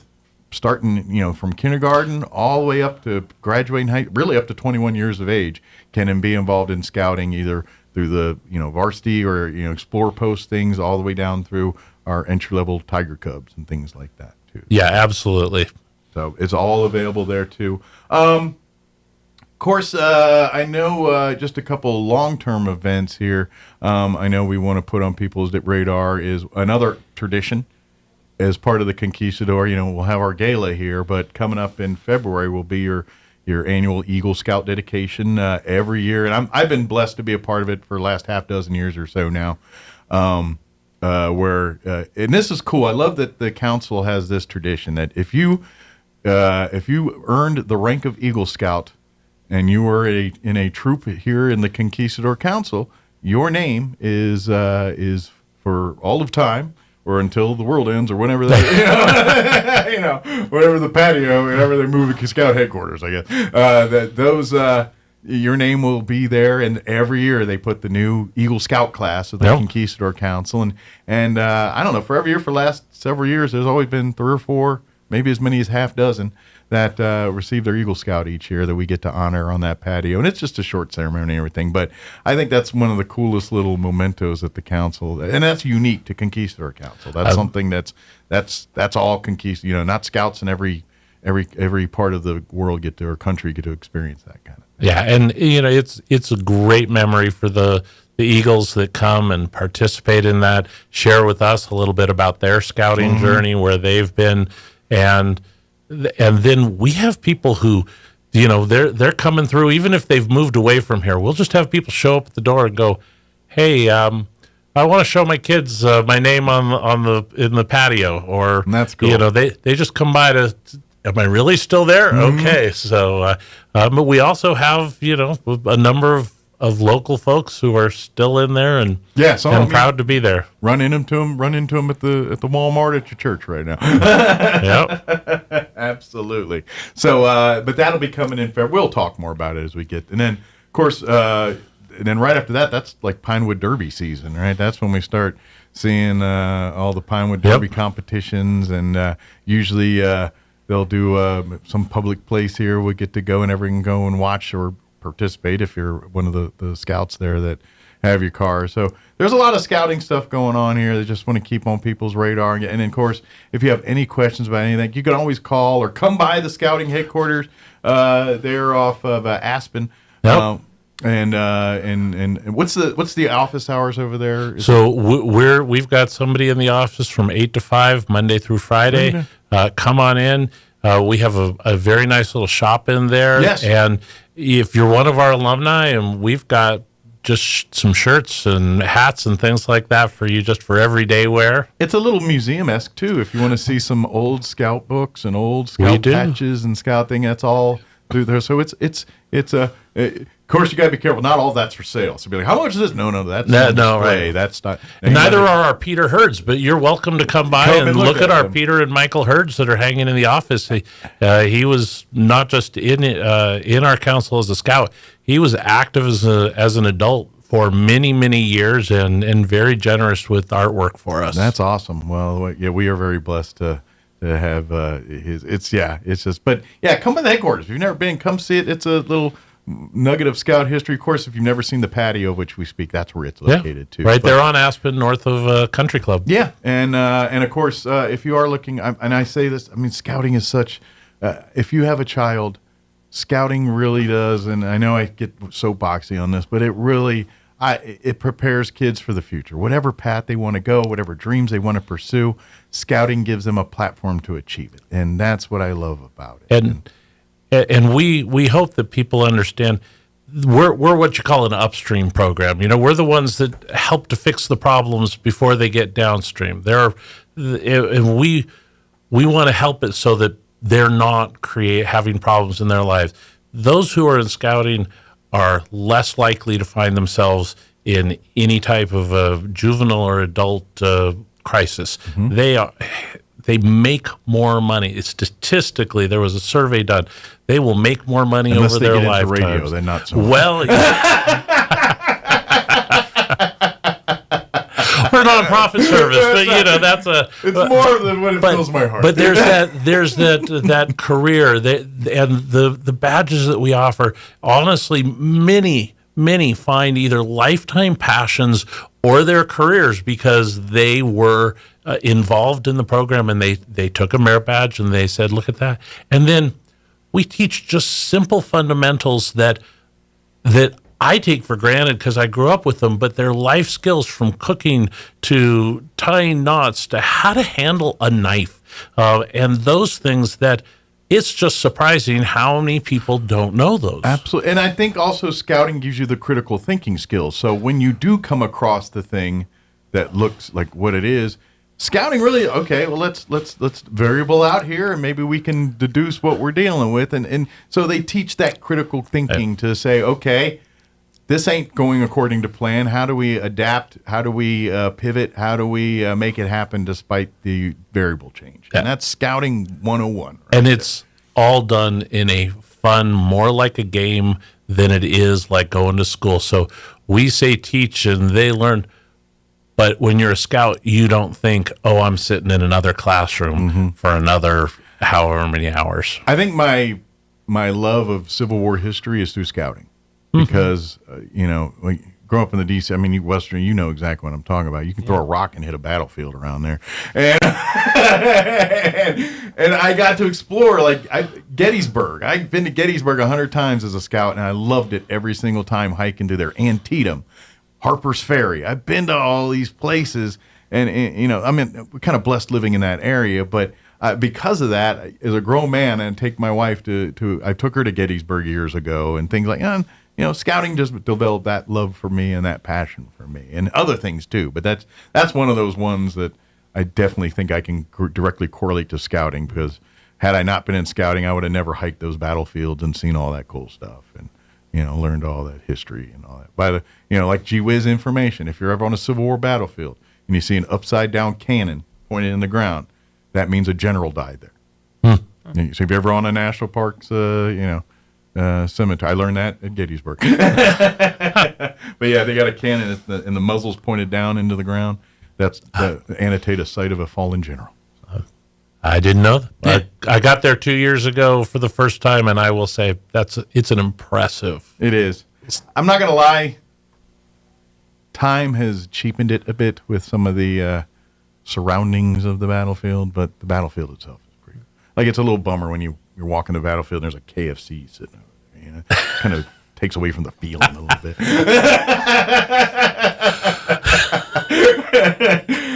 Onward to get some nuggets. How did Kentucky get up there? I don't know. Gettysburg got wrong part.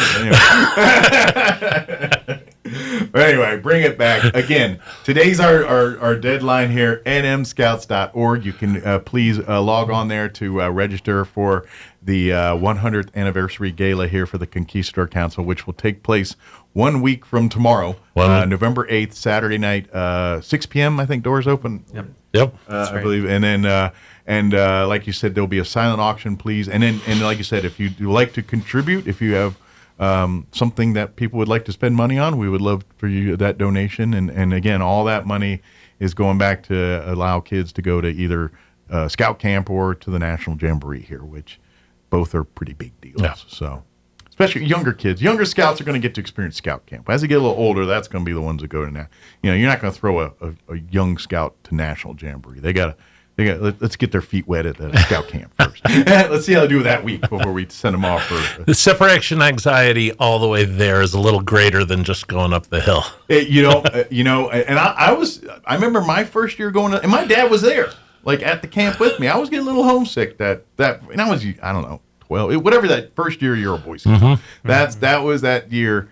I remember, and I remember around Thursday, I was getting a little homesick. Now, the next year, I forgot. But that year, yeah, I was getting a little, I miss Mom, that kind of